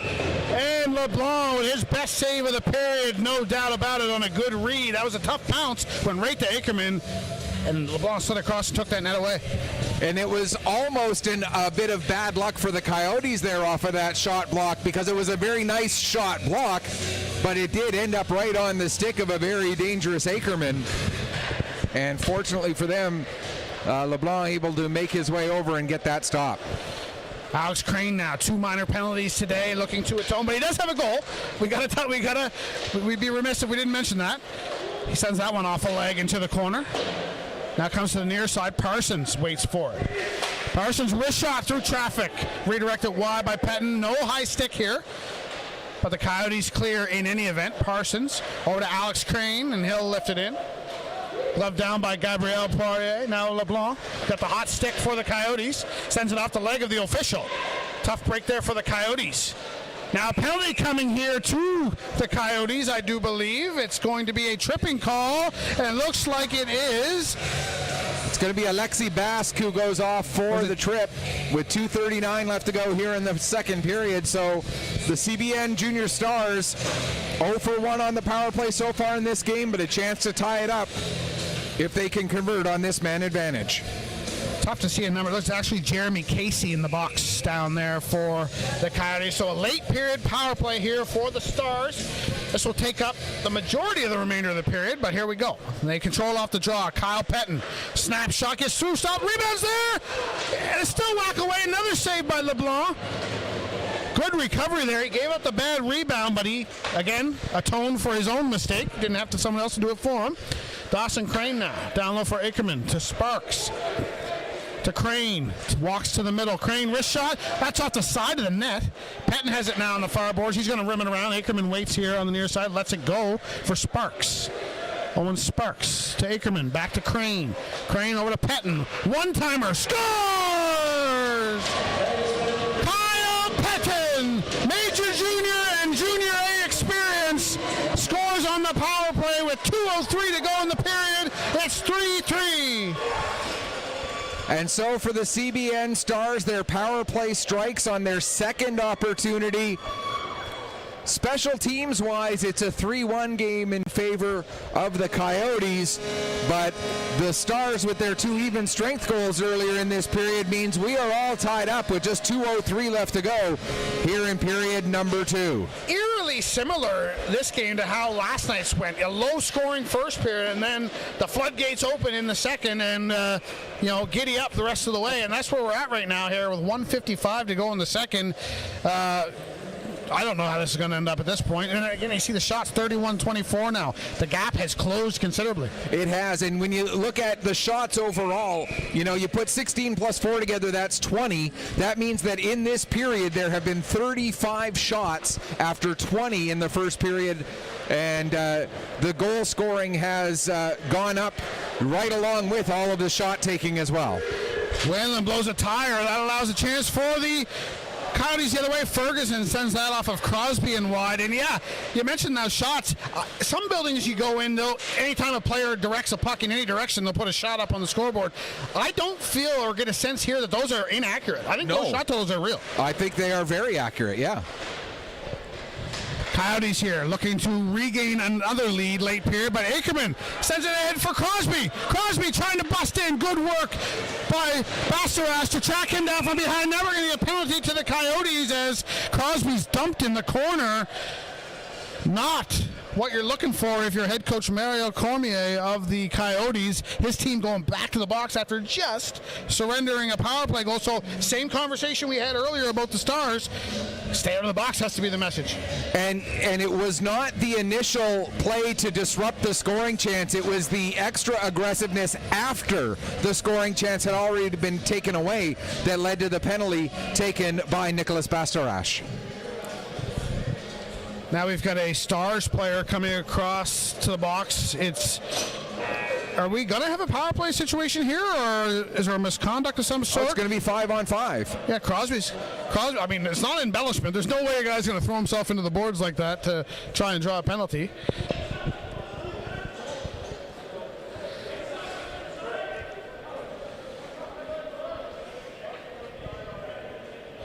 So we're going to get a neutral zone faceoff and not a power play. So I'm not sure. We'll get the announcement here momentarily. I'm not sure what Crosby's penalty is for, but we'll play 5-a-side. 1:08 to go now in this second period. So a break there for the Coyotes, not shorthanded after all, as we still wait for the announcement. Kyle Pettin with it down in front of the penalty boxes. Still battling. Bro takes that from him. Now Pettin's got it at the red line. LeBlanc knocks that in to the Stars zone. Pettin battling with Bask down there. Good work by Pettin to shield that puck. That's a good veteran play right there. 40 seconds left in the second period as they scrum on the boards here. LeBlanc pokes that into the slot. Sent back out by the Stars. Finds Sparks. Sparks still with it. To the backhand. Oh, he couldn't get the shot away. What stick handling by Owen Sparks. Did everything but the finish. 20 seconds left now in the period. Kennedy gets into his man and dispossesses the puck. We got a lot to look forward to based on how this period's ending. 10 seconds to go in it. Stars keep it in. Sparks will have it in the corner. Boarding to Crosby. Sorry, the penalty. The buzzer goes to end the period, so it's boarding to Bastarash, holding the stick to Crosby. Those are the two penalties, and that's the explanation. The only explanation that we can give you: boarding to Bastarash, holding the stick to Crosby. 5 aside. The period. Excuse me. Wow, I can't even talk after how that frantic action ended the period. 31-25. The shots on goal in favor of the Kent Coyotes through 40 minutes. And we are all tied at 3 heading to the third. Petter, thoughts on that period? Wow. I think that pretty much sums it up. You mentioned the total shots of 31-25, but the shots in that period ended up being 21-15 for the CBN Stars. So we saw a lot more of that offensive capability that we saw glimpses of in the first period. We saw that much more coming to fruition here in the second. 5 goals in that period, and it really has been very much the Julien LeBlanc show when you're looking at it from a Kent Coyotes perspective, and it's been very much more of a team effort all up and down the lineup for the CBN Stars. Some great hitting, some great defense, lots of really nice block shots, some nice goals, some chances that ended up just going awry for both teams. So much left, and it all ends up being a 20-minute hockey game as a result, because we're all square going into the third. So I think we're unanimous on the message in the room for the Stars: stay out of the penalty box. Yes. What's your message if you're head coach Mario Cormier of the Coyotes? I think it's just keep doing what we're doing, but we need to try and get more chances 5-on-5. All of the goals have come with the power play. All of the goals have come off the stick of Julien LeBlanc. 5-on-5, it seems like the CBN Stars are getting the edge on that side of the play when it is 5-on-5.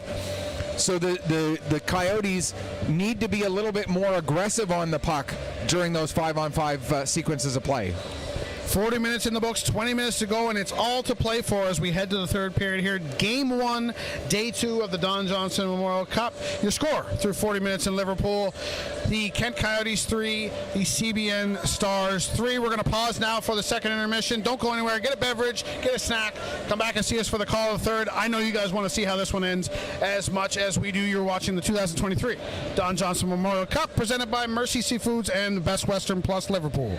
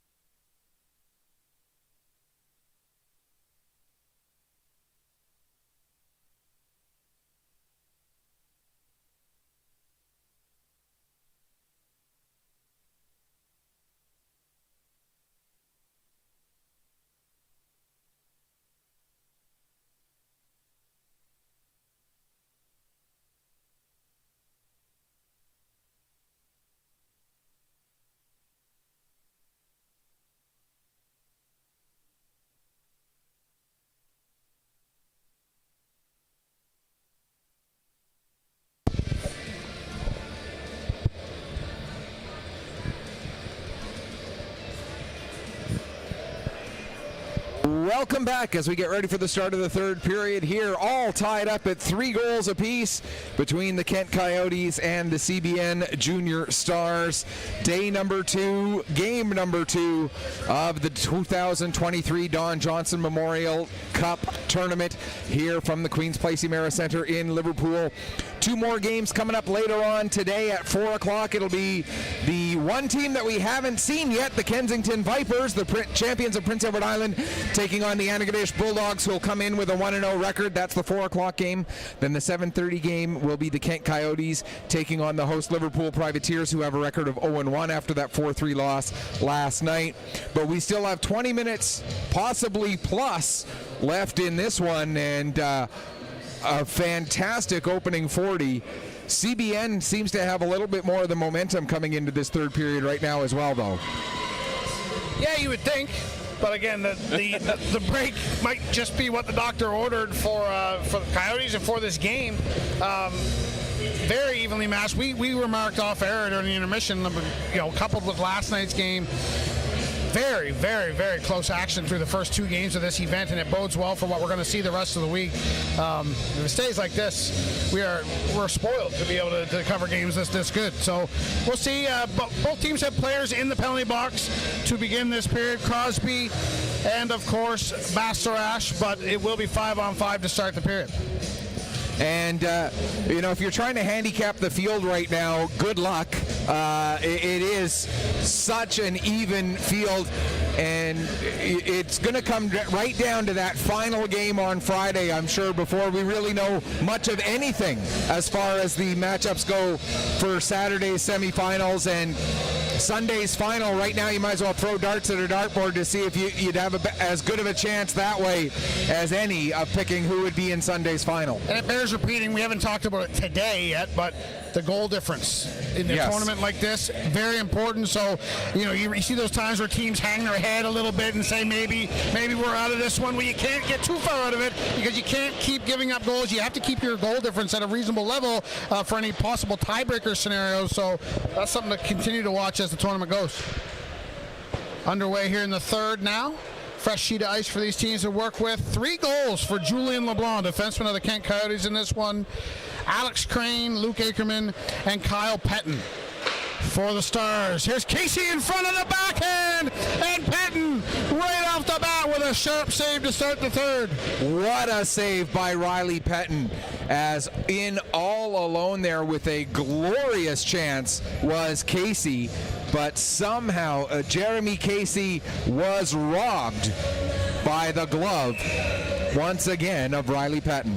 Without the benefit of replay, we're unable to see if Casey got all of that backhander. Might have rolled on him a little bit, but still can't fault Pettin in any form. He had to be there, and he was there and made the save. Here's LeBlanc now, looking for number 4, and they score on the rebound. Ferguson off the LeBlanc shot gives the Coyotes the lead. We talked about the fact that the Coyotes had not scored 5-on-5 yet. That is their first goal at even strength in this game.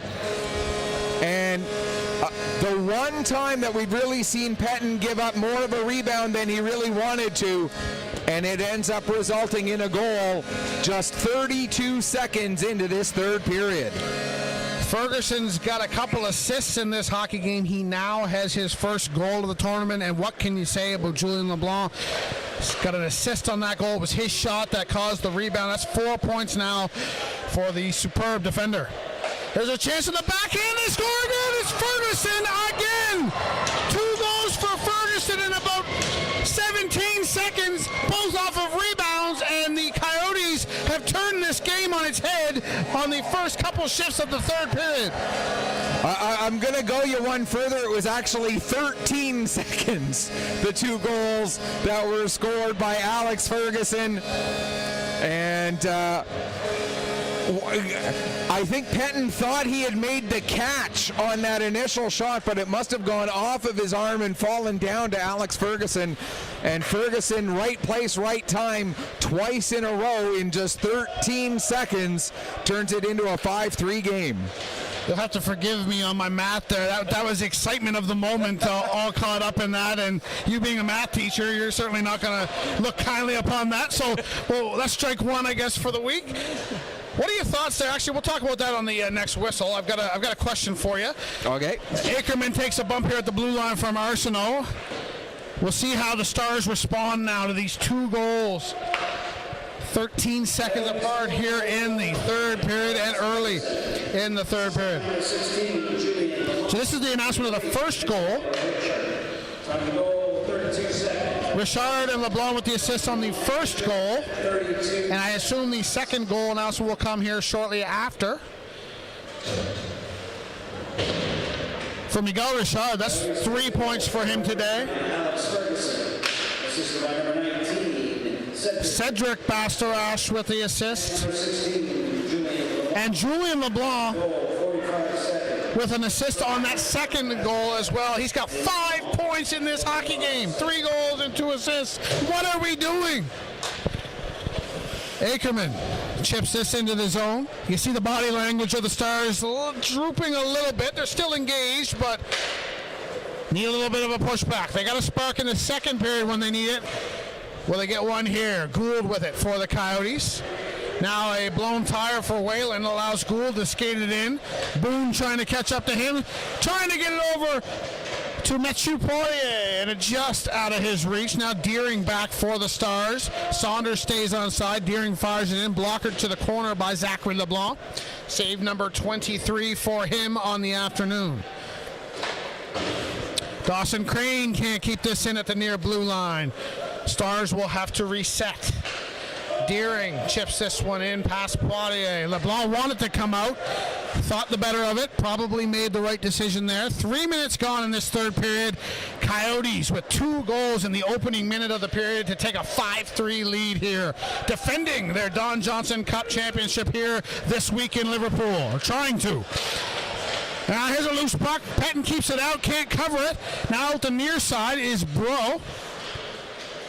Into the slot, actually goes right across to the far side for Bask. Bask tried to find Bro at the side. That doesn't connect. Now, broken stick down there. And now unceremoniously dumped is Poirier after losing the broken stick. Drysdale keeps this in.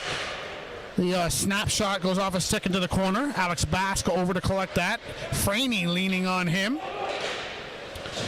Now Alex Crane comes away. That puck skips over the broken stick. Bask in the slot. Quick shot. Good pad save there from Riley Pettin. Crane chips it off boards and out. You got a feeling the Stars are looking for a whistle right now. Or a line change. Whatever comes first. Franey with it now. Ahead to the red line. Sent right back in by Deshaw. Hits the broken stick. As it so often does. Now the Stars again can't clear. Arsenault gets it through. This is a tired group. Bastarache backhander off the crossbar. It was almost 6-3 right there. If this goes on much longer, you think Stars might be in danger of taking a penalty. The tired legs out there right now. Puck is pinned against the wall. Stars looking for that whistle. Coyotes trying to dig it out. And dig it out they do. Not out of the zone by Arsenault. Miscommunication with Ferguson. A temporary reprieve for the Stars.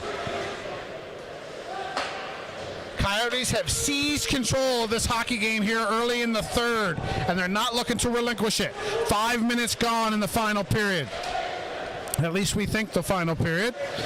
Arsenault spins back behind his goal. Spring in the step of these Coyotes now.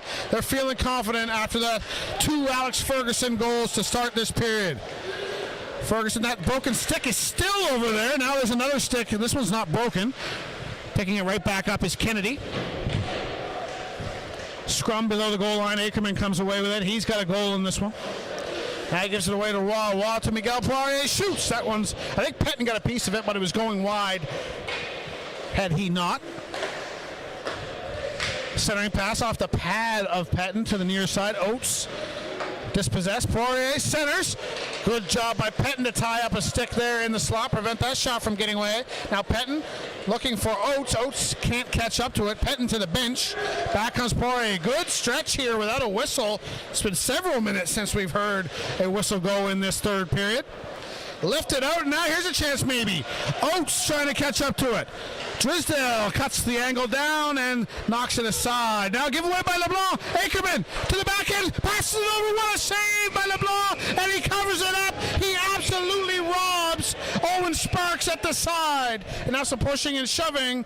13:47 to go. Stars come so close to getting one back. What a great opportunity for the Stars there. Zachary LeBlanc able to come up with the save and find that puck.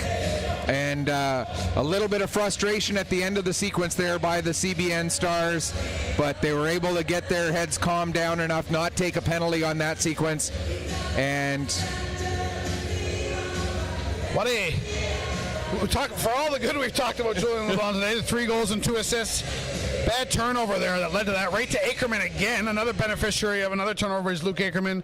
And he made a great pass in tight over to Sparks. Sparks just couldn't lift it over that outstretched pad of LeBlanc. Back underway here in the Kent zone. Time starting to become the enemy of the Stars here now and again. We talked earlier in the period about the goal difference. This is the moments that we talked about that and made that point for. It's very important that you don't stop playing throughout these hockey games. There's no such thing as a meaningless goal in an event like this. Arsenault shot from the point. Someone got a stick on it on the way in, but it doesn't get on goal. Sparks has it now for the Stars. Sends it over here near side for Franey. He'll lift it in. LeBlanc, as he so often does, will play it. Oates on the forecheck. Ackerman. Oates is on his backside trying to collect this puck as he gets to his feet. Comes back to the point to Dawson Crane.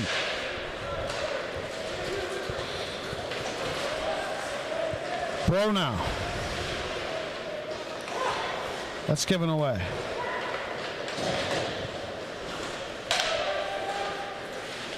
Alex Bask. Centering pass. Drysdale got a stick on it on the redirect, but it goes over the goal. Now Ackerman waits for it here on the near side. Going to see a lot of Luke Ackerman. Going to see a lot of Kyle Pettin late, or in the rest of the way here in this third period, as the Stars try and claw their way back again from a 2-goal deficit. Second such deficit of the day for the Newfoundland champions. No icing here. LeBlanc out of the net. Plays it away from Saunders. They come together a little bit. No harm, no foul, though, as Casey back for it now. Jeremy Casey. Has that knocked off his stick. Now a big hit over there in front of the Kent bench. Deering was on the receiving end of it. Nicholas Bastoras was on the giving end of it. And Nick has it now in the corner for the Coyotes. Giveaway here to Saunders. Try to get to Deering. Now Crane for the point. Scores! Dawson Crane with a wrister that had eyes, and it's 5-4. And that is a huge goal to pull the CBN Junior Stars back to within 1, as they were starting to look a little bit dejected there after giving up the 2 goals in the span of just 15 seconds. But Dawson Crane, somehow that puck gets through Zachary LeBlanc, and it's now back to just a 1-goal deficit and still 11:41 left to go. Tons of time here in this third period. And you could hear, as that celebration line went by the bench, you could hear how pumped up that goal made the Stars bench and the Stars players on the ice. That is just what they needed. That's just what this game needed. As we settle in for the final half of this third period, we're back to not quite square one, but we're back to really questioning who's going to come away with this with the maximum points. 3-0. As not quite sure what this discussion was over at the CBN bench. I think might have been the referees trying to get confirmation on the assists. As, they have a difficult job to do sometimes, keeping track of everything that's going on the ice, including who gets credit for assists. We still haven't seen who gets the assist for this latest goal. And we're finally now the Kyle Pettin goal with 2:03 left to go back in the second period. They've just now put up the assists for Matthew King and Luke Ackerman on that one. That's the reason we didn't give you that information, is because we didn't have it until it just got put up onto the online score sheet just now. Like we say, still 11:41 left to go here in this one. This can't be a conversation about assists, can it? I don't think No, I've ever not seen a conversation go on this long about. Not to take this long, no.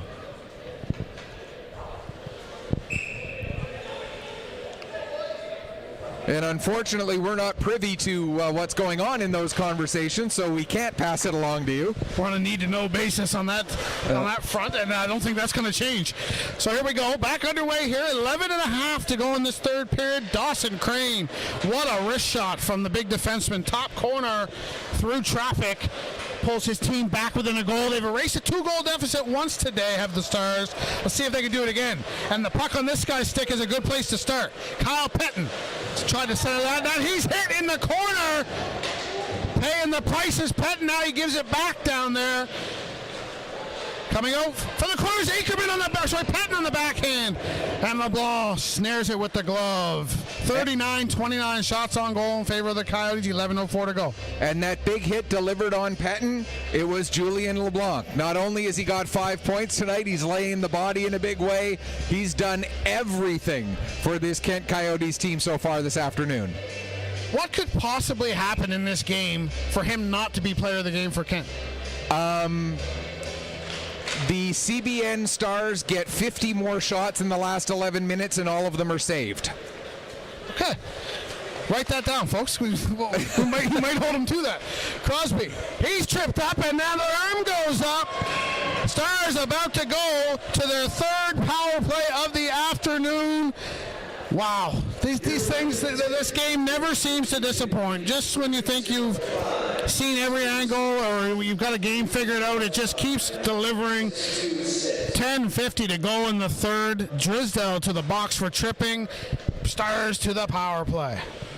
Yeah, coming back to that thought on LeBlanc, yeah, in all seriousness, I don't think anything can happen that keeps Julien LeBlanc from getting player of the game for the Kent Coyotes. He's got 5 points, he's delivering great hits, he's doing everything that you would want a player to do, and it's just been phenomenal to watch. Pettin over to Sparks. Power play number 3 for the Stars. Coyotes sweep this one down. Out of the net is Riley Pettin. Leaves it for Dawson Crane, our most recent goal scorer here in Liverpool. Crane methodically bringing it forward. Sends it over to Parsons. Parsons gets it deep. LeBlanc out of the net. I figured out what that conversation was about. I'll let you know at the next stoppage. Yeah, see, this is why we pay Pettin the big bucks. He does it all. He really does it all. Pettin now tried to get over to Ackerman. That's Arsenault stepping in front of that, sending it deep. Just about 1 minute gone in this third Stars power play. Nothing doing on it so far. Under 10 to go in the third now as well. Coyotes 5, Stars 4. Sparks sends it in, gives chase himself, comes together with Richard, who's had a great game today with a trio of assists. Dawson Crane waits for this at the point, sends it down low for Sparks. Sparks on the half wall, down low for Ackerman. Back to Crane. Ackerman, top of the circle, back to Crane. Crane from the same location. This one hits something, hits the glass, goes up into the mesh and out of play. 31 seconds to go in the penalty. So here's the situation. Dawson Crane's name is not on the official game sheet. Whether it be due to a clerical error, whatever the case may be, Dawson Crane, who scored that fourth goal for the CBN Stars, his name does not appear on the official online game sheet. So I've seen this happen before. Because he was in the game for the entire game and nothing was said or done at the beginning of the game, he's good to go.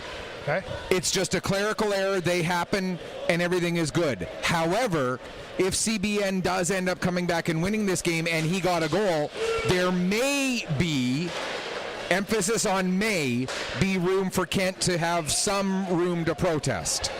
That's the word that I had in front of mine, was the P word, protest. Interesting, something we'll have to monitor as well. Also interesting there, we had the perfect angle of that shot. That might have looked to most people like a harmless shot.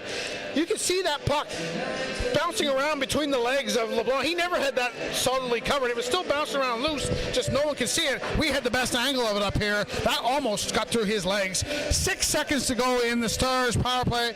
No shortage of storylines already, and we're only not even 2 games into this 13-game event, and we've got storylines aplenty. You love to see it here as we get back underway in the Kent zone.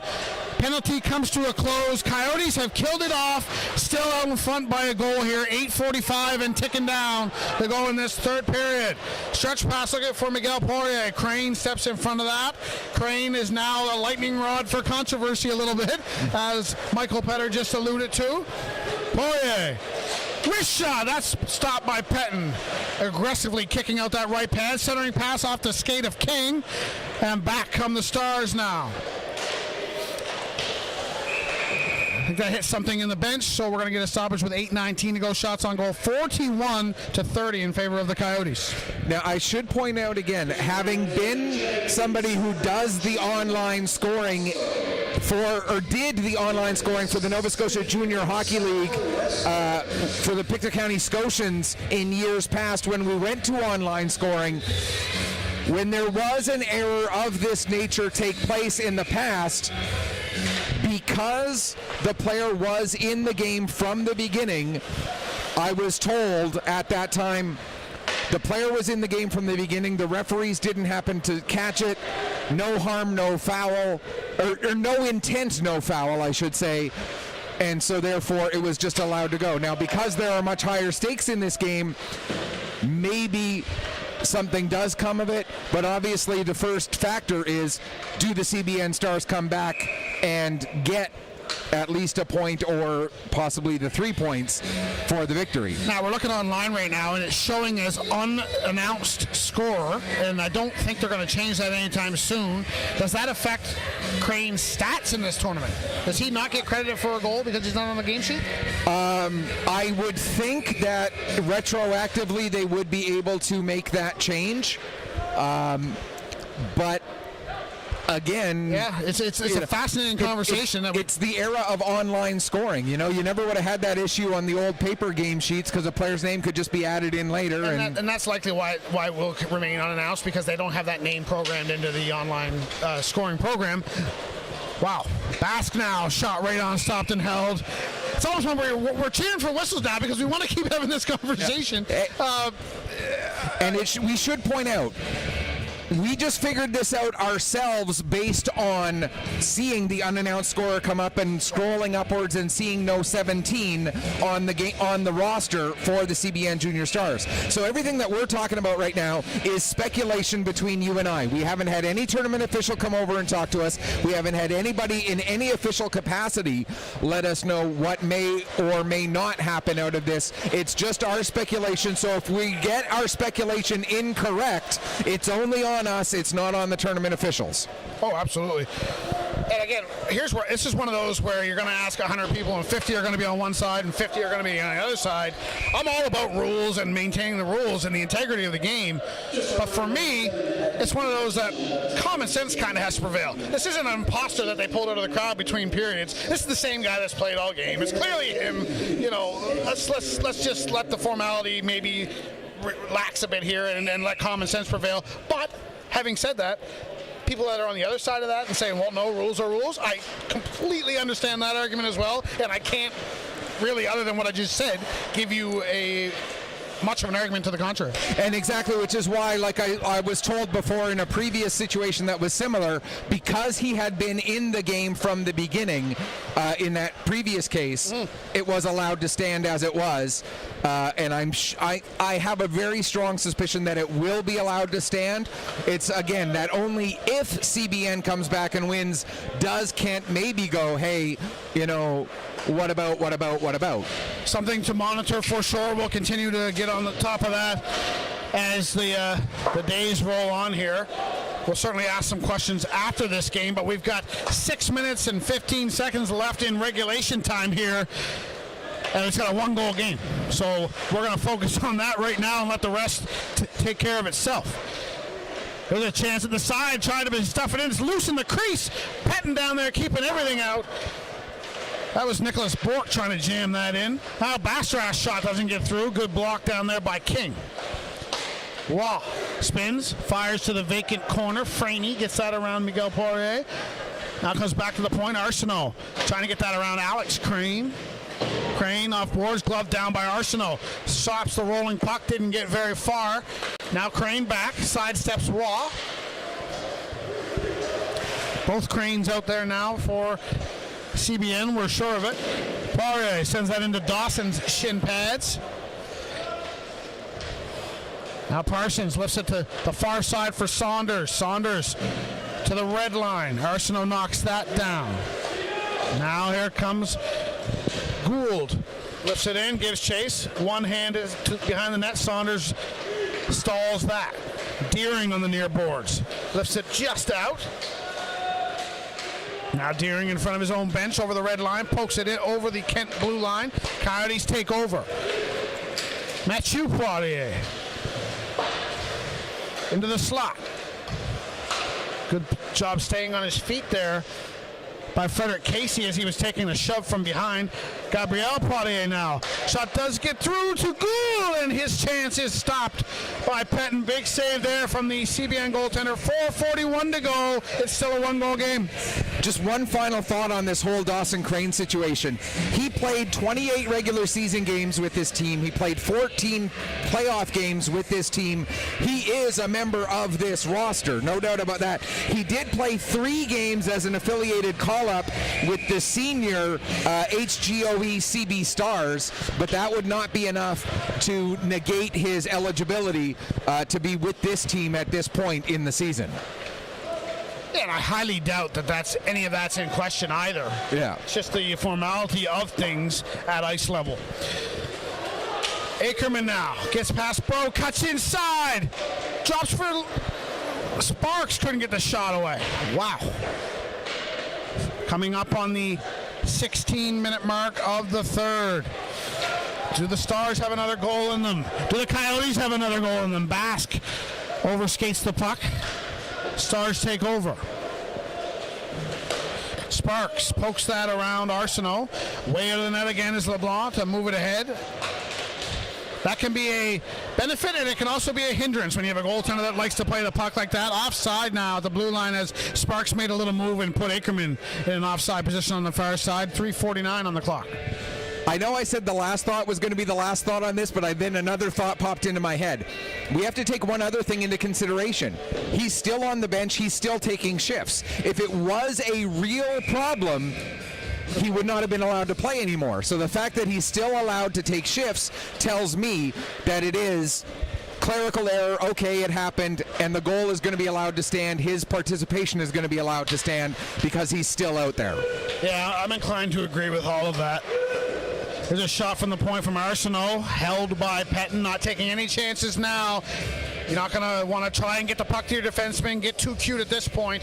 Cover the puck, win the faceoffs. 3:33 to go. We talked about this last night when it comes to being down by a goal late in the game with the factor of goal differential possibly being, we saw the Liverpool Privateers did pull their goalie for an extra attacker late in a one-goal game last night. We're going to have to start keeping an eye on the goaltender, Pettin, and see how long he stays in there with just 3.5 left to go here in the third in this one-goal game. Penalty coming here now. Interference, perhaps. Indeed it is. The Alex Crane was trying to get that puck a little too soon for the contact, and it's a power play for the Stars with 3:20 to go in regulation, and look who it is, Julien LeBlanc with that penalty. Okay, Wow. there might have been another way where he didn't get player of the game, is if he took a really, really, really bad penalty. This interference penalty isn't going to be enough to take him out of that player of the game picture. But if he did something really, really awful, then maybe that might have taken him out of the picture. But this one certainly won't. Here we go. Fourth power play of the day for the Stars. They are 1 for 3 so far. And none bigger than this one. Sparks, top of the circle. Gets it over to Ackerman. Ackerman through, hits a stick, goes to the corner. Pettin over to Sparks. Sparks waits. Back to Crane. Sparks. Back to Crane, but he was too far back. Stars are going to have to clear the zone here. 35 seconds gone in this man advantage. Now Bask intercepts the Pettin pass and clears it down. Stars are going to have to reset from behind their own goal now. 1:15 to go in the power play. 2:30 to go in period 3. Now we start to watch, to your point, Petter, about the goaltender pull. Do you perhaps pull him a little earlier for the 5-on-3? Ackerman. Dawson Crane now has got room. Gets it down low to Pettin. Pettin has a look, sends it far side for Ackerman. Ackerman into the slot for Sparks to the backhand. That goes wide. Now it's off the back of the goal. That was Parsons trying to send to that. Pettin now shoots. That didn't miss by much of the far post. 40 seconds left in this power play as the puck comes back to the CBN blue line. Pettin, far side, takes a funny bounce off the dasher for Ackerman. He did a good job to corral that when he did. Dawson Crane with it now. To Ackerman. Ackerman cuts to the outside, now looks inside for Parsons. Parsons wasn't there yet. Gould clears it to the red line. 15 seconds in this power play. Net is still occupied by Riley Pettin, so we've got our answer to that question. Minute and a half to go in the third. Now we look again. Still no inclination of pulling the goaltender from the Cape Breton side of the Cape Breton side of things. The Newfoundland side of things. And now LeBlanc out of the box and into the play. Here he comes. LeBlanc on the back end to the forehand. Stopped by Pettin. Net goes flying off as Crane goes crashing into it. He's in pain, but man, he's making a big play there. So we're back to 5-a-side. 1:11 to go. Will we get a timeout? Will we get a goaltender pull? So many unanswered questions right now. I'm going to go back to the question you asked during the power play. I never like pulling a goalie when I've got a power play, and here's the reason why. If you pull the goalie when you got a power play, the other team can ice the puck at will and not get penalized for it, so they can take as many shots as they want at the empty net. When you pull your goalie when it's even strength, if they try to take a shot at the empty net, best case scenario, or worst case scenario, you give up a goal, but the next scenario is you get an offensive zone faceoff out of it because of the icing. Yep, I'm inclined to agree with that as well, but the question needed to be asked. Oh, definitely. Timeout here for the Stars. Net is now empty, obviously, by virtue of Pettin coming to the bench for the timeout. Will he stay there? I think he won't, because the face-off is going to be in their zone, so yeah, and that's it'll obviously. But you can bet that the minute the puck comes out of the zone, he's going to be taking a look, and as soon as there's any sort of possession at all in the offensive end, he's going to be making a beeline right for that bench with just 71 seconds on the clock. 1:11 to go, face-off to the right of Pettin. What a hockey game here this afternoon, and there's 2 more to go after this one. In on the face-off, Richard and King, and Richard wins it. That's going to hamper the efforts to get the goaltender out. It's sent to the corner. Crane being leaned on by Bastarash. Now King gets possession for the Stars. You can see how antsy Pettin is. He wants to get to the bench. King over to Parsons. Ackerman can't clear. Richard sends it through. Goes wide with 45 seconds left. Will this be the rush-up ice that gets the goaltender out? Ackerman waits, then Pettin is starting to creep out. Sparks over the blue line, nice move. Pettin's looking for a signal, he's not getting it. Now he does. Pettin to the bench for the extra attacker. Net is empty for the Stars. It's cleared to the red line, no further. Now in to grab that is Ferguson. Good recovery by Alex Crane. Now Cedric Bastarash can't get it through Pettin. 18 seconds to go. Pettin ahead to Crane. They've got to hurry. Crane to the middle for the other Crane, Alex. That's way too far to his reach. Icing on the Stars. Pettin's going to have to return to the goal. And now it's an uphill climb for the Stars. And give Pettin credit for making the save while Pettin was out of the net. I know that sounds kind of odd, but it is indeed the case, as it was Riley Pettin who left the net. Kyle Pettin, the captain, making a key save on his behalf on the shot from Bastarash. And now we're going to get a timeout by the Coyote, or by... The first was to the Coyotes. This one's for the Stars. So we're going to get our second timeout here of the last 70-some seconds. 11.8 on the clock. And obviously the draw right now, or the play being drawn up right now, is win the draw. That's got to be top priority. It's a must-win. I mean, this is not a less than ideal position to be in. 11.8 seconds on the clock. Your face-off is down by your own goal, and you've got to come all the way down the ice and get one in just a tick under 12 seconds. A face-off win is a must. If they don't win this draw, it's just about curtains. And it's going to be up to Ackerman to win that draw for the Stars, and it's going to be Bro who's going to try and take it for the Coyotes. Biggest face-off of the hockey game right here. You said it, Ackerman and Bro. And it's Bro who wins it, but it's the Stars who control. They've got to get up ice. 7 seconds on the clock. Ackerman. That's not going to get it done. Sparks picks it up, but there's only 1 second to go, and the time runs out. The Kent Coyotes open their defense of their Don Johnson Memorial Cup Championship with a thrilling 5-4 victory here today over the CBN Stars. They go get the puck and mob their goaltender, Zachary LeBlanc. Two teams that probably did enough to win this game, but only one comes away with full points. And you look at it, 77 combined shots, 47-30. The shots on goal end up in favor of the Kent Coyotes. A 26 save effort in the loss for Riley Pettin. A 42 save effort in the loss for Pettin. A 26 save effort in the victory for Zachary LeBlanc. But of course, when you're talking about the Kent Coyotes, it's the other LeBlanc who will probably be announced here in just a moment. Player of the game for the Kent Coyotes, surprise, surprise, Julien LeBlanc. Anybody who didn't see that one coming did not watch this game. You are absolutely correct in that. Truer words have never been spoken. So well-deserved player of the game there. 3 goals, 2 assists. Do the math. 5 goals for the Coyotes. He was in on each and every one of them. Block shots, defensive plays, big hits. He did it all for them today. He's going to be an important player for them the rest of the week. Player of the game for the CBN Stars, Riley Pettin. And how about that? 42 saves. I don't have much to say to the contrary. Yeah, you know, anytime a goalie's making 30 to 35 plus, that is a stellar effort, and well-deserved player of the game for Riley Pettin. So we've had 2 fantastic hockey games. We have 11 left to go, and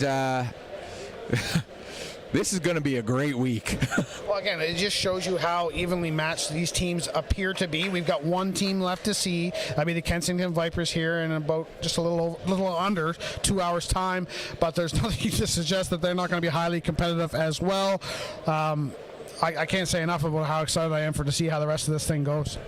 Absolutely. So that's going to do it for us here from the Queen's Place Emera Center in Liverpool for game number 2 of the 2023 Don Johnson Cup. On behalf of our awesome cameraman Seth and the best play-by-play voice in the business, Mike Barkhouse, this is Michael Petter saying may your skates always be sharp, may your shots always hit the top shelf. Thanks so much for watching. We'll be back with you in a little less than 2 hours.